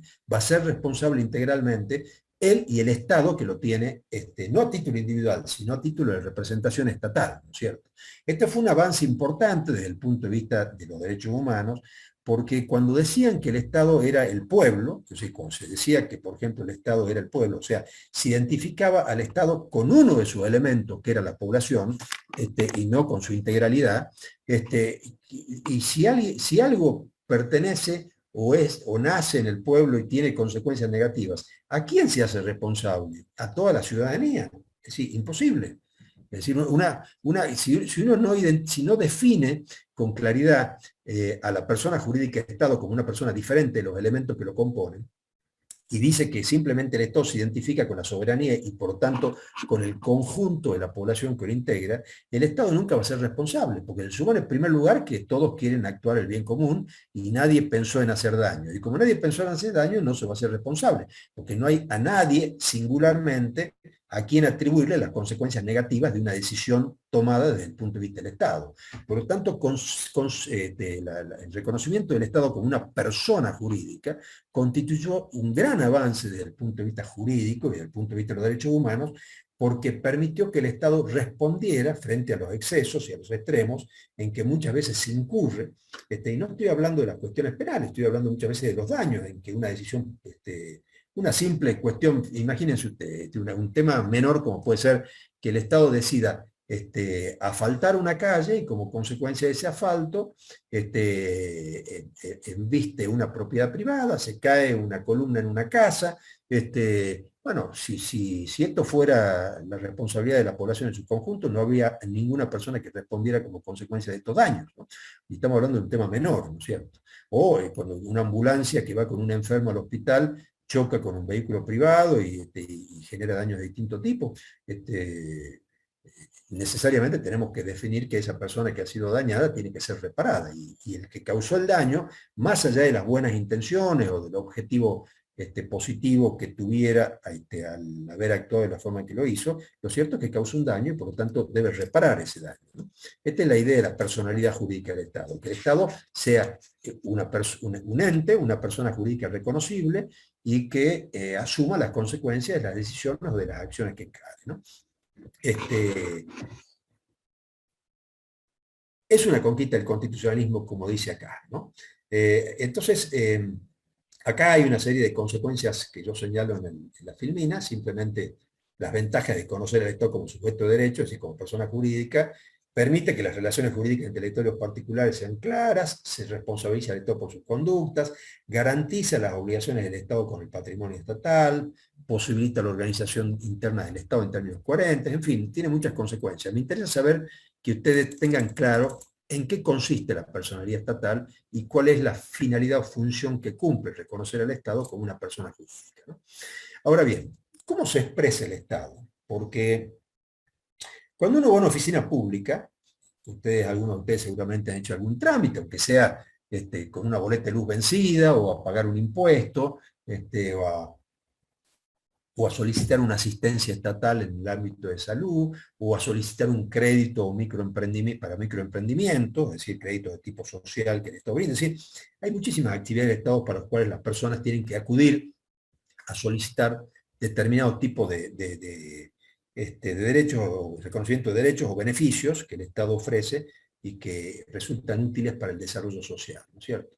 Entonces, se intentó explicar de distintas maneras, es decir, cómo es posible que determinada decisión se la atribuyamos al Estado. ¿Cómo sabemos que esto que se decide se lo vamos a imputar al Estado? Bueno, acá están expresadas las tres teorías principales que tratan de explicar eso. Vamos a hablar de la última, porque ni la teoría del mandato ni la teoría de la representación explican adecuadamente cómo el Estado expresa su voluntad, porque en definitiva, supongamos en el mandato. ¿Qué es el mandato? El mandato es cuando una persona le da poder a otra para que la represente. Es decir, yo necesito encomendar a un abogado que me represente en juicio. Necesito encomendar a un contador que me represente ante la FIP para poder resolverme mis problemas tributarios. Y le entrego un poder, es decir, le doy un conjunto de facultades para que actúe en mi nombre, ¿no es cierto? Ahora, para que la teoría del mandato explique de qué manera los actos administrativos se atribuyen al Estado, necesitamos que alguien otorgue el mandato. Es decir, no puede ser la misma persona la que otorga el mandato a sí misma, ¿no es cierto? Entonces, evidentemente, es una teoría que no satisface, porque siempre se requiere alguien que tenga plenitud de derechos para encomendarle ese mandato a otro, que también tenga plenitud de sus derechos.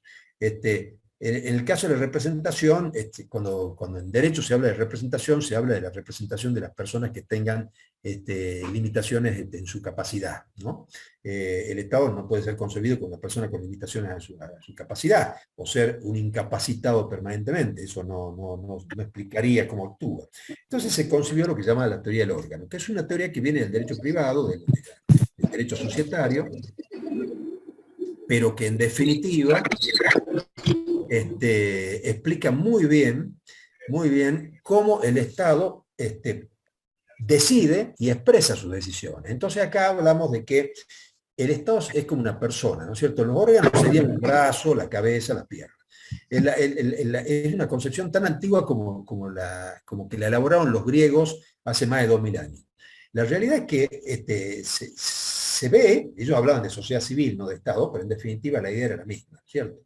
El Estado está representado por órganos. Los órganos no son las personas, los órganos son las estructuras jurídicas que organizan el Estado. Por ejemplo, un ministerio es un órgano, el presidente es un órgano, un secretario, un director de un área, un presidente de una sociedad del Estado, son órganos del Estado, ¿no es cierto? Es decir, el órgano del Estado es el que está investido de competencia. Este órgano, por ejemplo, esta dependencia administrativa, este director general del registro civil, va a tener como función en definitiva hacer todas las registraciones del estado civil de las personas, casamientos, matrimonios, divorcios, uniones civiles, etcétera, ¿no? Fallecimientos, etcétera. Ese va a ser su cometido específico. Entonces ese órgano va a estar investido de una serie de funciones. Ahora, ese órgano por ahora es una abstracción, porque para poder expresarse necesita de una persona humana. Entonces, a la persona humana se la inviste de las funciones de ese órgano. Entonces, usted tiene al frente dos situaciones. Tiene un órgano institución, que es el que tiene las funciones o las competencias del Estado, y un órgano persona, que es el que titulariza a ese órgano institución. Por eso el poder no le pertenece a la persona, sino al órgano institución. Por eso nadie puede decir cuando está en el Estado, tengo el poder, porque en realidad el poder pertenece a la dependencia que él integra. Él la va a expresar desde el punto de vista físico, material, él va a expresar las decisiones, inscríbase hágase tal registro de matrimonio, de divorcio, de lo que sea, pero el que actúa, el que ejerce competencia es el órgano institución. Esta manera abstracta es la forma en que entendió la realidad jurídica en atribuirle una decisión al Estado. Si yo voy a la mesa de entrada de un organismo y voy a presentar una nota, hay una persona allí que la recibe esa nota, me pone un sello y bueno, yo me voy satisfecho de que he hecho una presentación ante el Estado. Pero ¿quién me dijo a mí que esa persona que está atrás del mostrador está representando al Estado? ¿Se entiende? Es decir, nadie. Pero en los hechos, la forma clara en que se traduce la acción estatal es a través de las personas físicas que están invistiendo un órgano, ¿no? Yo, en la medida que esa persona está detrás del mostrador en una dependencia pública, está claro que ha sido recibida por el Estado. Es el Estado el que está recibiendo esa petición de un particular que ha ido a solicitar alguna cosa. Y lo ha hecho a través de la persona física que está integrando un órgano como el órgano mesa de entradas. La mesa de entradas es un órgano del Estado que está integrada por una o varias personas, ¿no es cierto? Esas personas que integran el órgano de Estado son las que están expresando la manifestación estatal, ¿no? Esto es bastante abstracto, pero es tan importante como el hecho de que si ustedes hacen una petición y se las resuelven mal, a alguien le tienen que atribuir la responsabilidad, ¿no? Y entonces tienen que saber si realmente han establecido contacto con esa dependencia pública que está investida de un conjunto de funciones, pero está básicamente expresada por una persona humana, ¿no? Así que acuérdense esta idea de la distinción entre órgano-institución y órgano-persona. Son dos cosas distintas. Las facultades, las funciones, el poder, lo tiene el órgano-institución. Nunca la persona que titulariza el órgano-institución, ¿no? Por eso si alguien hace un policía, por ejemplo, que es un órgano que representa la función de seguridad, comete un delito, ¿no es cierto? En ese caso no está actuando en ejercicio de su función. Es decir, por más policía que sea, nadie lo tiene que acatar ni obedecer, porque en definitiva está actuando en un contexto delictivo, ¿no? Así que órgano función y órgano personal lo que permite explicar de qué manera el Estado se expresa y de qué manera es válido imputarle al Estado ciertas decisiones de los funcionarios, ¿no? Sí. Bueno, ¿cuáles son los órganos del Estado? Acá básicamente vamos a hablar de los órganos grandes, de los órganos más importantes de la organización nacional. Estos órganos están en la Constitución en general y algunas normativas legislativas menores en particular, ¿no? Es decir, el presidente es la figura central, obviamente, del sistema, es el representante del Estado, el jefe de la administración pública, los gobernadores en las provincias, en el nivel equivalente. Pero, y acá viene una pregunta, si yo digo poder ejecutivo, ¿digo lo mismo que presidente? Y yo le tengo que decir que no, porque el poder ejecutivo no es unipersonal. El poder ejecutivo está integrado por el presidente de la nación, por el jefe de gabinete de ministros, por los ministros y secretarios de Estado que disponga la ley orgánica del Poder Ejecutivo. Entonces, el Poder Ejecutivo no es un órgano unipersonal, es un órgano que tiene distintos tipos de competencias que se distribuyen entre diferentes dependencias que son órganos en sí mismos. Un ministerio es un órgano del Estado. En cambio, el presidente es el órgano de institución. Ese sí es unipersonal. La presidencia de la Argentina es unipersonal. Por más que haya un vicepresidente, no la hace bipersonal, es unipersonal. Y al ser unipersonal, el presidente ejecuta y ejerce las competencias que la Constitución le atribuye. Pero el presidente integra el Poder Ejecutivo, no está solo en el Poder Ejecutivo.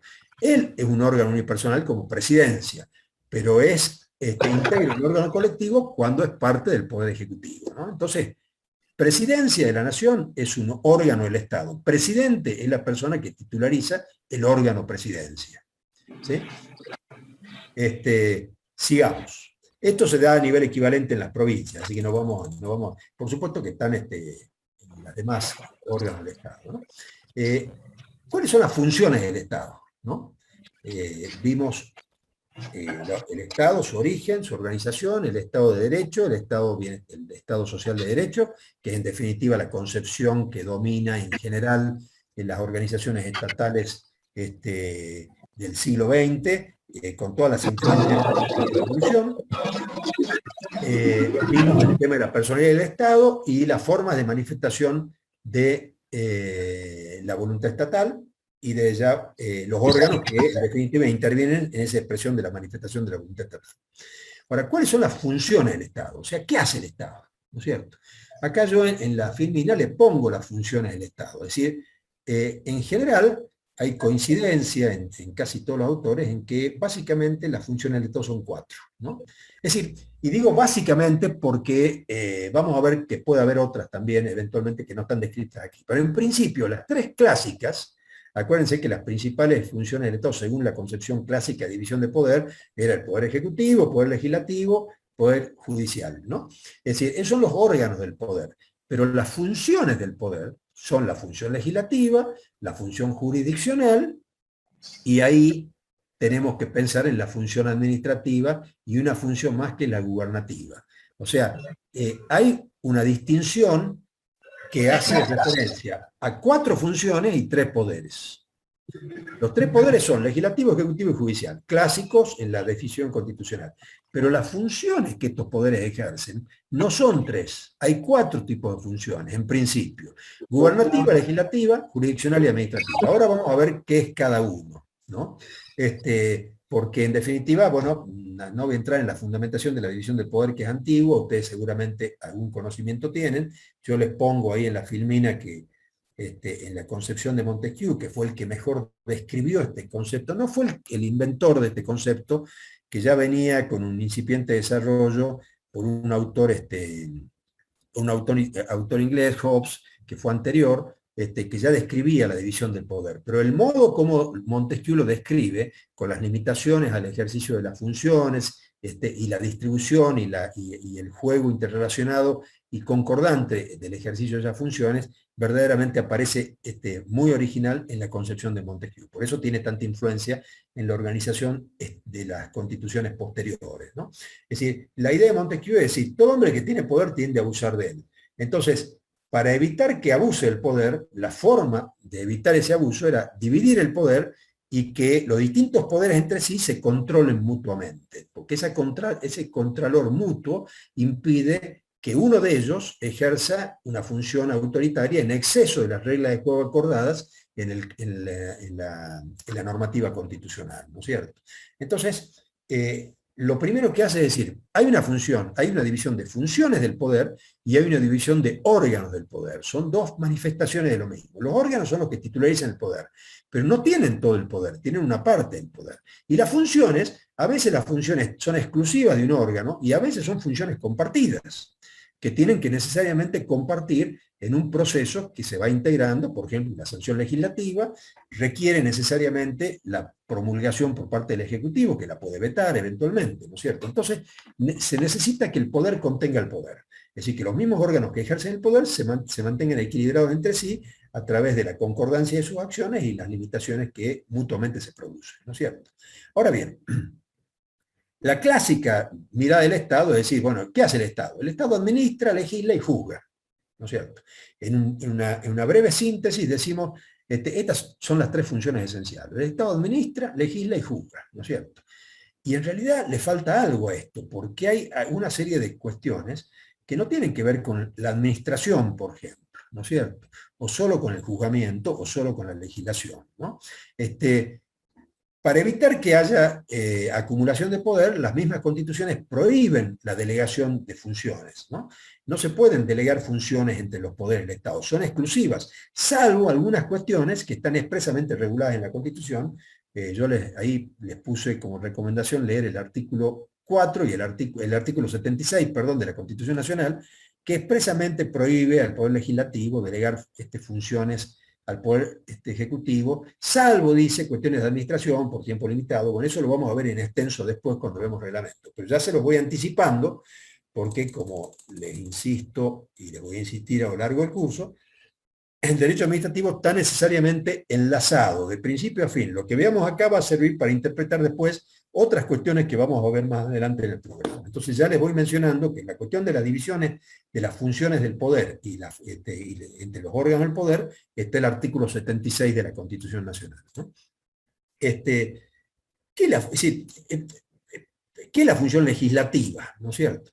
La función legislativa es una función específica de uno de los poderes del Estado, que es el poder legislativo, ¿no es cierto? Es una actividad estatal, dice la definición, reglado discrecional. ¿Qué significa esto? Reglado discrecional.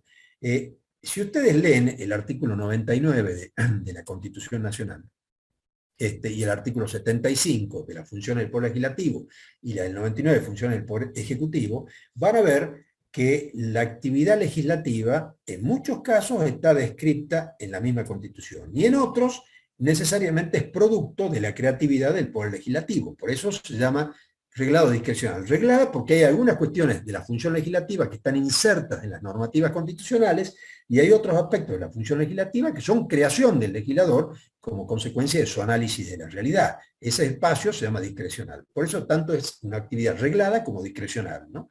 Y tiene límites jurídicos constitucionales. Esto significa que no puede haber leyes que confronten o ignoren la Constitución, ¿no? Esto es claramente así porque tenemos un sistema constitucional que le da jerarquía a los niveles normativos. La primera norma y la más importante va a ser la Constitución. Y abajo de la Constitución van a estar los tratados de derechos humanos, van a estar, que tienen jerarquía parecida a la Constitución, las leyes que dicta el Congreso, los reglamentos, en fin. Hay una jerarquía normativa, ¿no?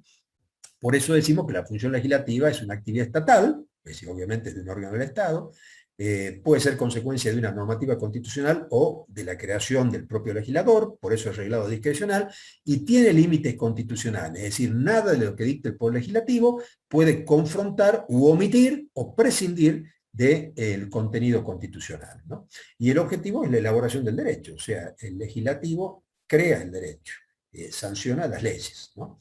es una función especializada, porque está atribuida a un solo órgano del Estado, que es el Poder Legislativo, ¿no es cierto?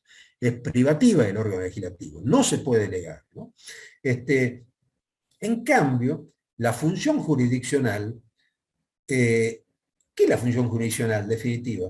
La función jurisdiccional, es decir, los jueces juzgan, ¿no es cierto? ¿Qué significa juzgan, ¿no? Es decir, en derecho decimos que la función del juez es decir el derecho, ¿no?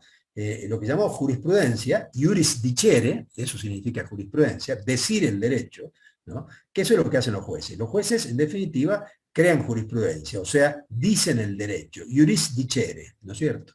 El objeto, es decir, no es solamente decir el derecho, leer las leyes y aplicarlas, las aplican en los casos concretos. O sea, necesariamente para que un juez se pronuncie, tienen que haberle sometido a su decisión un conflicto de intereses. O sea, en definitiva, la función jurisdiccional implica decidir conflictos. No hay intervención judicial si no hay un conflicto. Y los conflictos pueden darse a nivel de personas particulares, a nivel de personas jurídicas, a nivel de personas públicas, pueden darse entre el mismo Estado. O sea, muchas veces ustedes van a ver que un consejo deliberante ha destituido a un intendente, por ejemplo, ¿no es cierto? Bueno, ahí hay un conflicto institucional importante, que la Constitución tiene un procedimiento, y ese conflicto va a ser dirimido en el ámbito judicial. O sea, necesariamente la justicia resuelve conflictos, ¿no?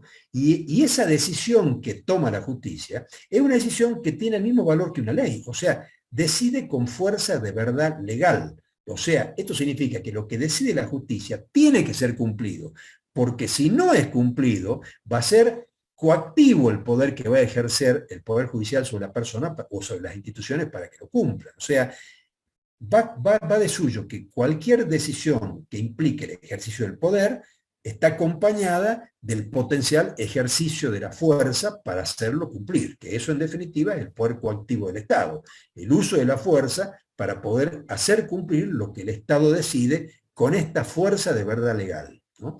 Entonces, la función judicial apunta a resolver conflictos. Toma en relación a estos conflictos decisiones con fuerza de verdad legal, ¿no es cierto?, resolviendo las controversias entre partes. Cuando hablamos de partes, no hablamos de partes privadas, hablamos de cualquier ámbito en donde hayan dos partes en conflicto, sea un ente público o un ámbito en el que actúen personas o entes privados, ¿no? Y lo que hace en definitiva es determinar y restablecer el derecho. Así que tengan en cuenta la función jurisdiccional. Obviamente es una función también especializada, es una función que se le encomienda a uno de los poderes del Estado, el Poder Judicial, que tiene una capacidad jurisdiccional de decidir el derecho en los casos que se someten a su decisión, ¿no es cierto? Ninguno de los otros poderes puede cumplir esta función. Por eso siempre se dice que el Poder Judicial es la última ratio del sistema jurídico. O sea, siempre todo conflicto, finalmente, si no es acordado, resuelto en el interín de su evolución, necesariamente va a ser resuelto finalmente por el sistema judicial, ¿no? Es otra función especializada. Es especializada la función legislativa, es especializada la función judicial. Pero acá entramos a otra cuestión, ¿no?, que tiene que ver con la función administrativa o la función gubernativa, ¿no? Acá ya entramos en una función que no solo es exclusiva del Ejecutivo. La función administrativa no es una función especializada de un órgano. Es una actividad, dijimos, actividad concreta, práctica, permanente, realizada con el objeto de cumplir los fines del Estado. Acuérdense este concepto, ¿no? Actividad concreta, práctica, destinada a la realización permanente, concreta y práctica, destinada a la realización de los fines del Estado. Como es una actividad, y no la estamos definiendo, es una actividad que la despliegan todos los órganos públicos, porque finalmente el Poder Judicial tiene que designar sus empleados, tiene que contratar los bienes que necesita para poder funcionar, tiene que alquilar edificios, el Poder Legislativo tiene que hacer lo propio, o sea, tiene que tener un edificio para funcionar, tiene que comprar bienes, servicios, designar personas, contratar, es decir, todos ellos están ejercitando función administrativa. Aunque es una función administrativa que desde el punto de vista cuantitativo es mucho menor que la que ejerce el Ejecutivo, que tiene prácticamente la mayor parte de la función administrativa, no dejan de ejercer función administrativa. Entonces, si es una actividad permanente, directa, práctica, etcétera, de servicio, destinadas a la realización de los fines estatales, la pueden hacer los tres poderes. Por eso acá ya no hablamos de una función especializada, sino de una función que ejercen los tres poderes, aunque desde el punto de vista cuantitativo sea el Poder Ejecutivo el que realice la mayor parte de la función administrativa, ¿no? Por eso acá ya no asociamos la función administrativa con un órgano concreto, sino que definimos la función administrativa como perteneciente o en ejercicio de todos los órganos del Estado, Ejecutivo, Legislativo y Judicial, insisto, más allá de que el 95% la realice el Ejecutivo, ¿no? Y la función gubernativa, bueno, la función gubernativa es una función de otras características, porque la función gubernativa implica el ejercicio puro y duro y llano del poder estatal, ¿no es cierto? Es una actividad estatal, o sea, cuando el Estado declara la guerra, cuando el Estado decide la deuda externa, cuando el Estado decide la integración del Poder Judicial designando jueces, cuando el Estado, cuando se dictan las leyes de presupuesto, es decir, todo lo que está enumerado en el artículo 75 de la Constitución, cuando celebra tratados, en fin, todo lo que está enumerado en el artículo 75 de la Constitución Nacional, implica el ejercicio de una función gubernativa, y también lo que está en gran parte enumerado en el artículo 99 de las funciones del Poder Ejecutivo. A veces esas funciones se ejercen entre dos órganos, o sea, básicamente entre el Legislativo y el Ejecutivo, porque, por ejemplo, para designar un juez se requiere un procedimiento previo por el Consejo de la Magistratura, pero después la propuesta la hace el Ejecutivo al Legislativo, que le da acuerdo, y recién con la integración de esas dos voluntades, la del Ejecutivo y la del Legislativo, el juez va a ser investido de su función. O cuando hay que intervenir una provincia, o declarar el estado de sitio, o detener a las personas en el marco del estado de sitio, hay acá una iniciativa que puede ser del Ejecutivo, el Poder Ejecutivo puede declarar estado de sitio, pero que tiene que dar cuenta de esa decisión al Legislativo, que lo puede aprobar o no, o el Ejecutivo puede dictar el reglamento de necesidad de urgencia, que son leyes en sentido formal, pero al dictarlos el Ejecutivo necesariamente, como es una competencia legislativa, tiene que validarlos el Poder Legislativo. O sea, cuando hablamos de función gubernativa, hablamos de una función que está contenida en el sistema constitucional, es discrecional, porque en definitiva la decide el Estado cuando le parece que es oportuno hacerlo, no es algo que esté escrito cuando deba reaccionarse de esta otra manera. Es decir, tenemos hoy un problema de límites con Chile, por ejemplo, y se disparan a partir de allí un conjunto de funciones políticas, o sea, porque eso es la función gubernativa, una función política, para tratar de ver de qué manera se encamina este diferendo, y seguramente va a terminar en algún tribunal arbitral que va a escuchar las posiciones de ambas partes para poder resolver en definitiva en función de un conjunto de antecedentes históricos, jurídicos, etcétera, que van a estar allí, ¿no? Pero va a ser una función que va a llevar adelante el Estado discrecionalmente, como es discrecional decidir un gobierno con quién quiere relacionarse y con quién no, en definitiva, ¿no?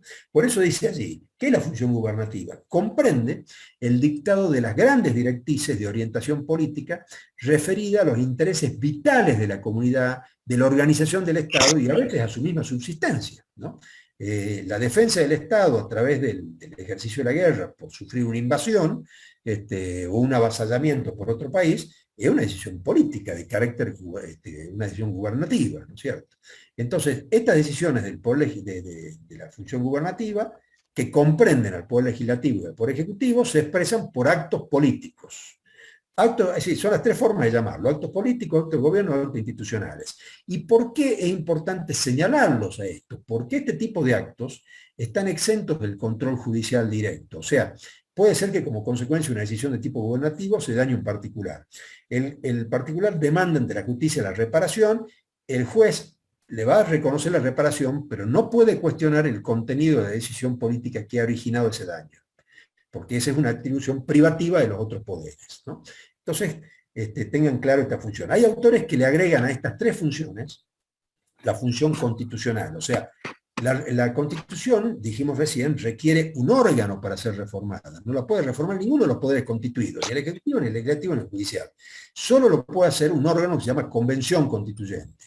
Por lo tanto, la función constituyente, investida y llevada adelante por un órgano que se llama Convención Constituyente, es una función del Estado diferente de las otras tres. Aunque algunos dicen que es una consecuencia de la función gubernativa. Pero bueno, esto es un tema de criterio, ¿no? Es decir, como es una función especializada, que tiene un procedimiento especializado, que tiene un contenido especializado, y está resuelta por un órgano especializado que no es ninguno de los otros poderes, algunos las consideran que es una función específica, diferente de la función gubernativa, ¿no?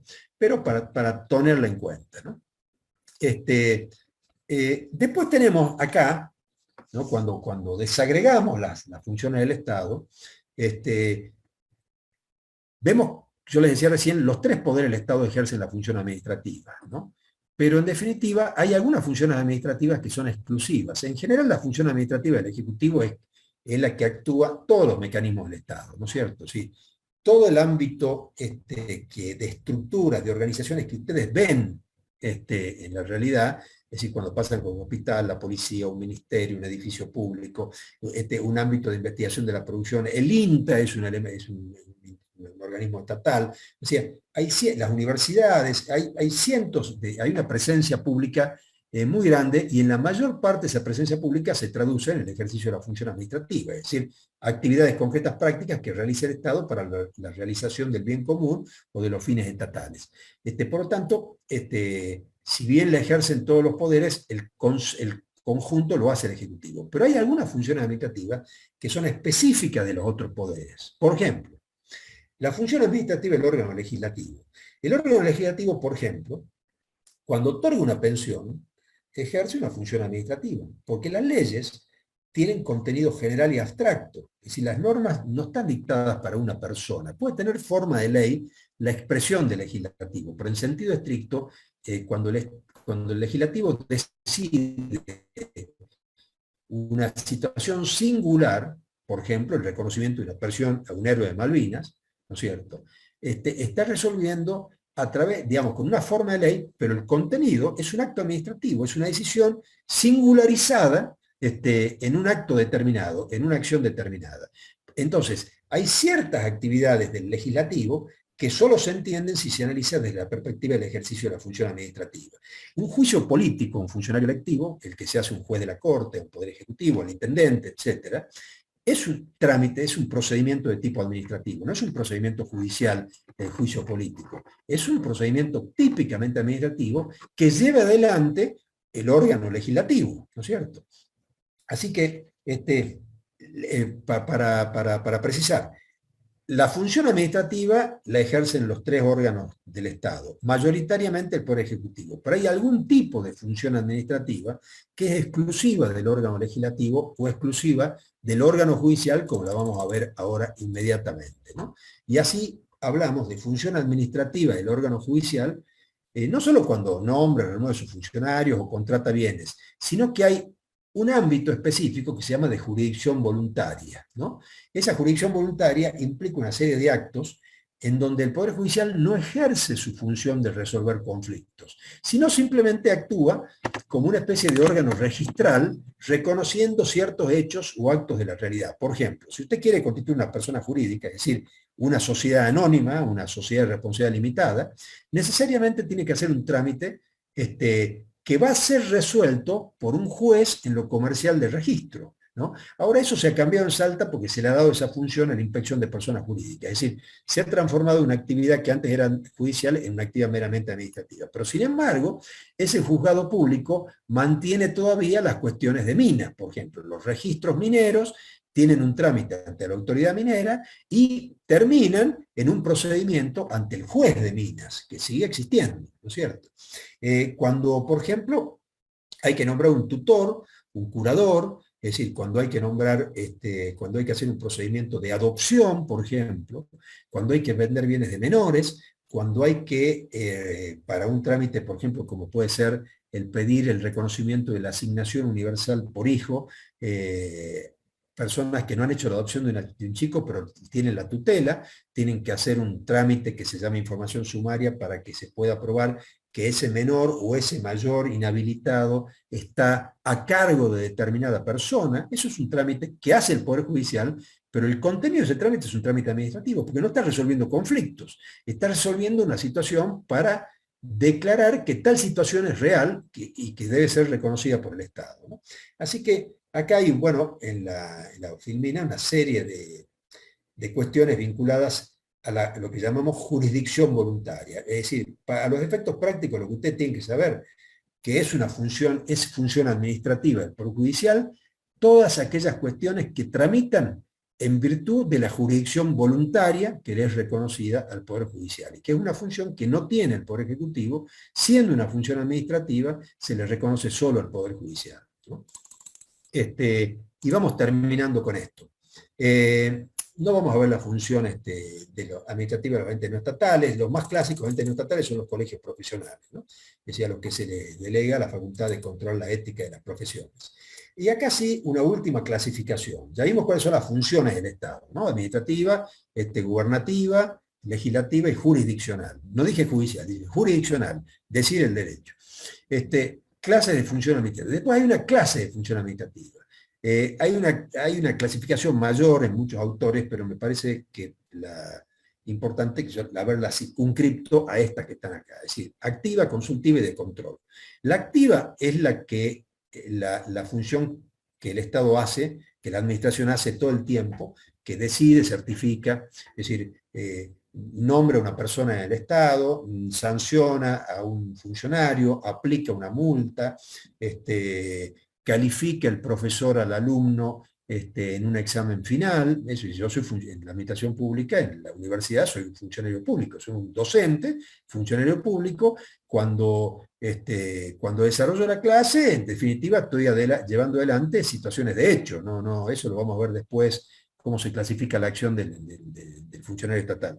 Pero cuando califico, tomo una decisión administrativa, ¿no? Porque la calificación implica para ustedes poder avanzar o no en la carrera que tienen o en la materia que están cursando. Entonces, tomo una decisión. Es decir, administración activa es toda actividad que realiza un funcionario público que decide sobre una situación determinada, ¿no? Y esa decisión obviamente se proyecta sobre los derechos de la persona. ¿Qué pasa cuando la función es consultiva?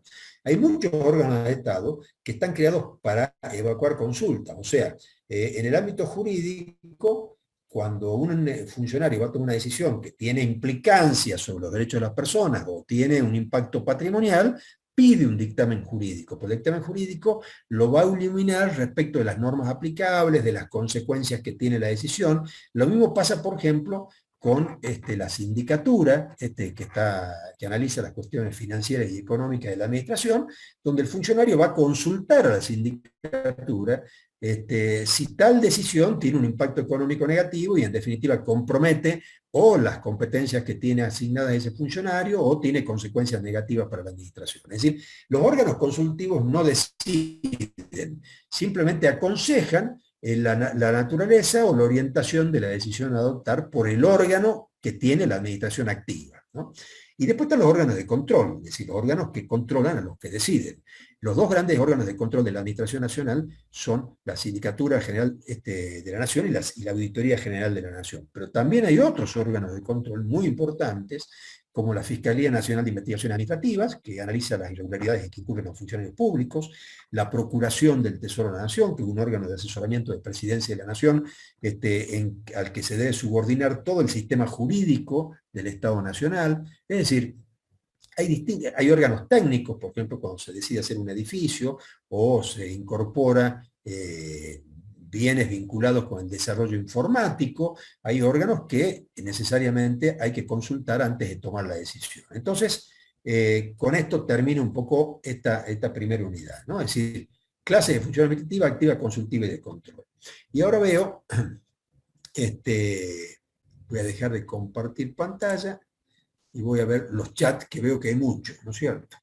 El primer parcial del 20 de octubre, el llamado extraordinario con el de 18 al 21 en un mes, ¿cómo se haría? Se haría. Sí, como la doctora Castro explicó, no se suspenden las clases. La realidad es que no se suspende la clase. No, me piden que suba el Power. No, lo van a ver en la plataforma. En realidad van a tener ahí los materiales que necesitan. El Power es una herramienta de exposición. En general no les va a servir para estudiar porque tiene muchas nada más que referencias. No tiene ni definiciones ni conceptos. Así que es muy pobre para usarlo como elemento de estudio, ¿no? Así que no. Los voy a confundir porque está pensado para mí, no para ustedes, ¿no? Ya suponiendo que bueno, uno conoce en principio lo que está diciendo. Así que, bueno, acá terminamos. Nos vemos en la próxima clase. Vamos a hacer un cuestionario sobre los distintos temas desarrollados. Vamos a habilitar un poco las inquietudes y preguntas y eventualmente, si puedo, les haré en 10 minutos un pequeño trabajo práctico, ¿sí? Hasta la próxima clase.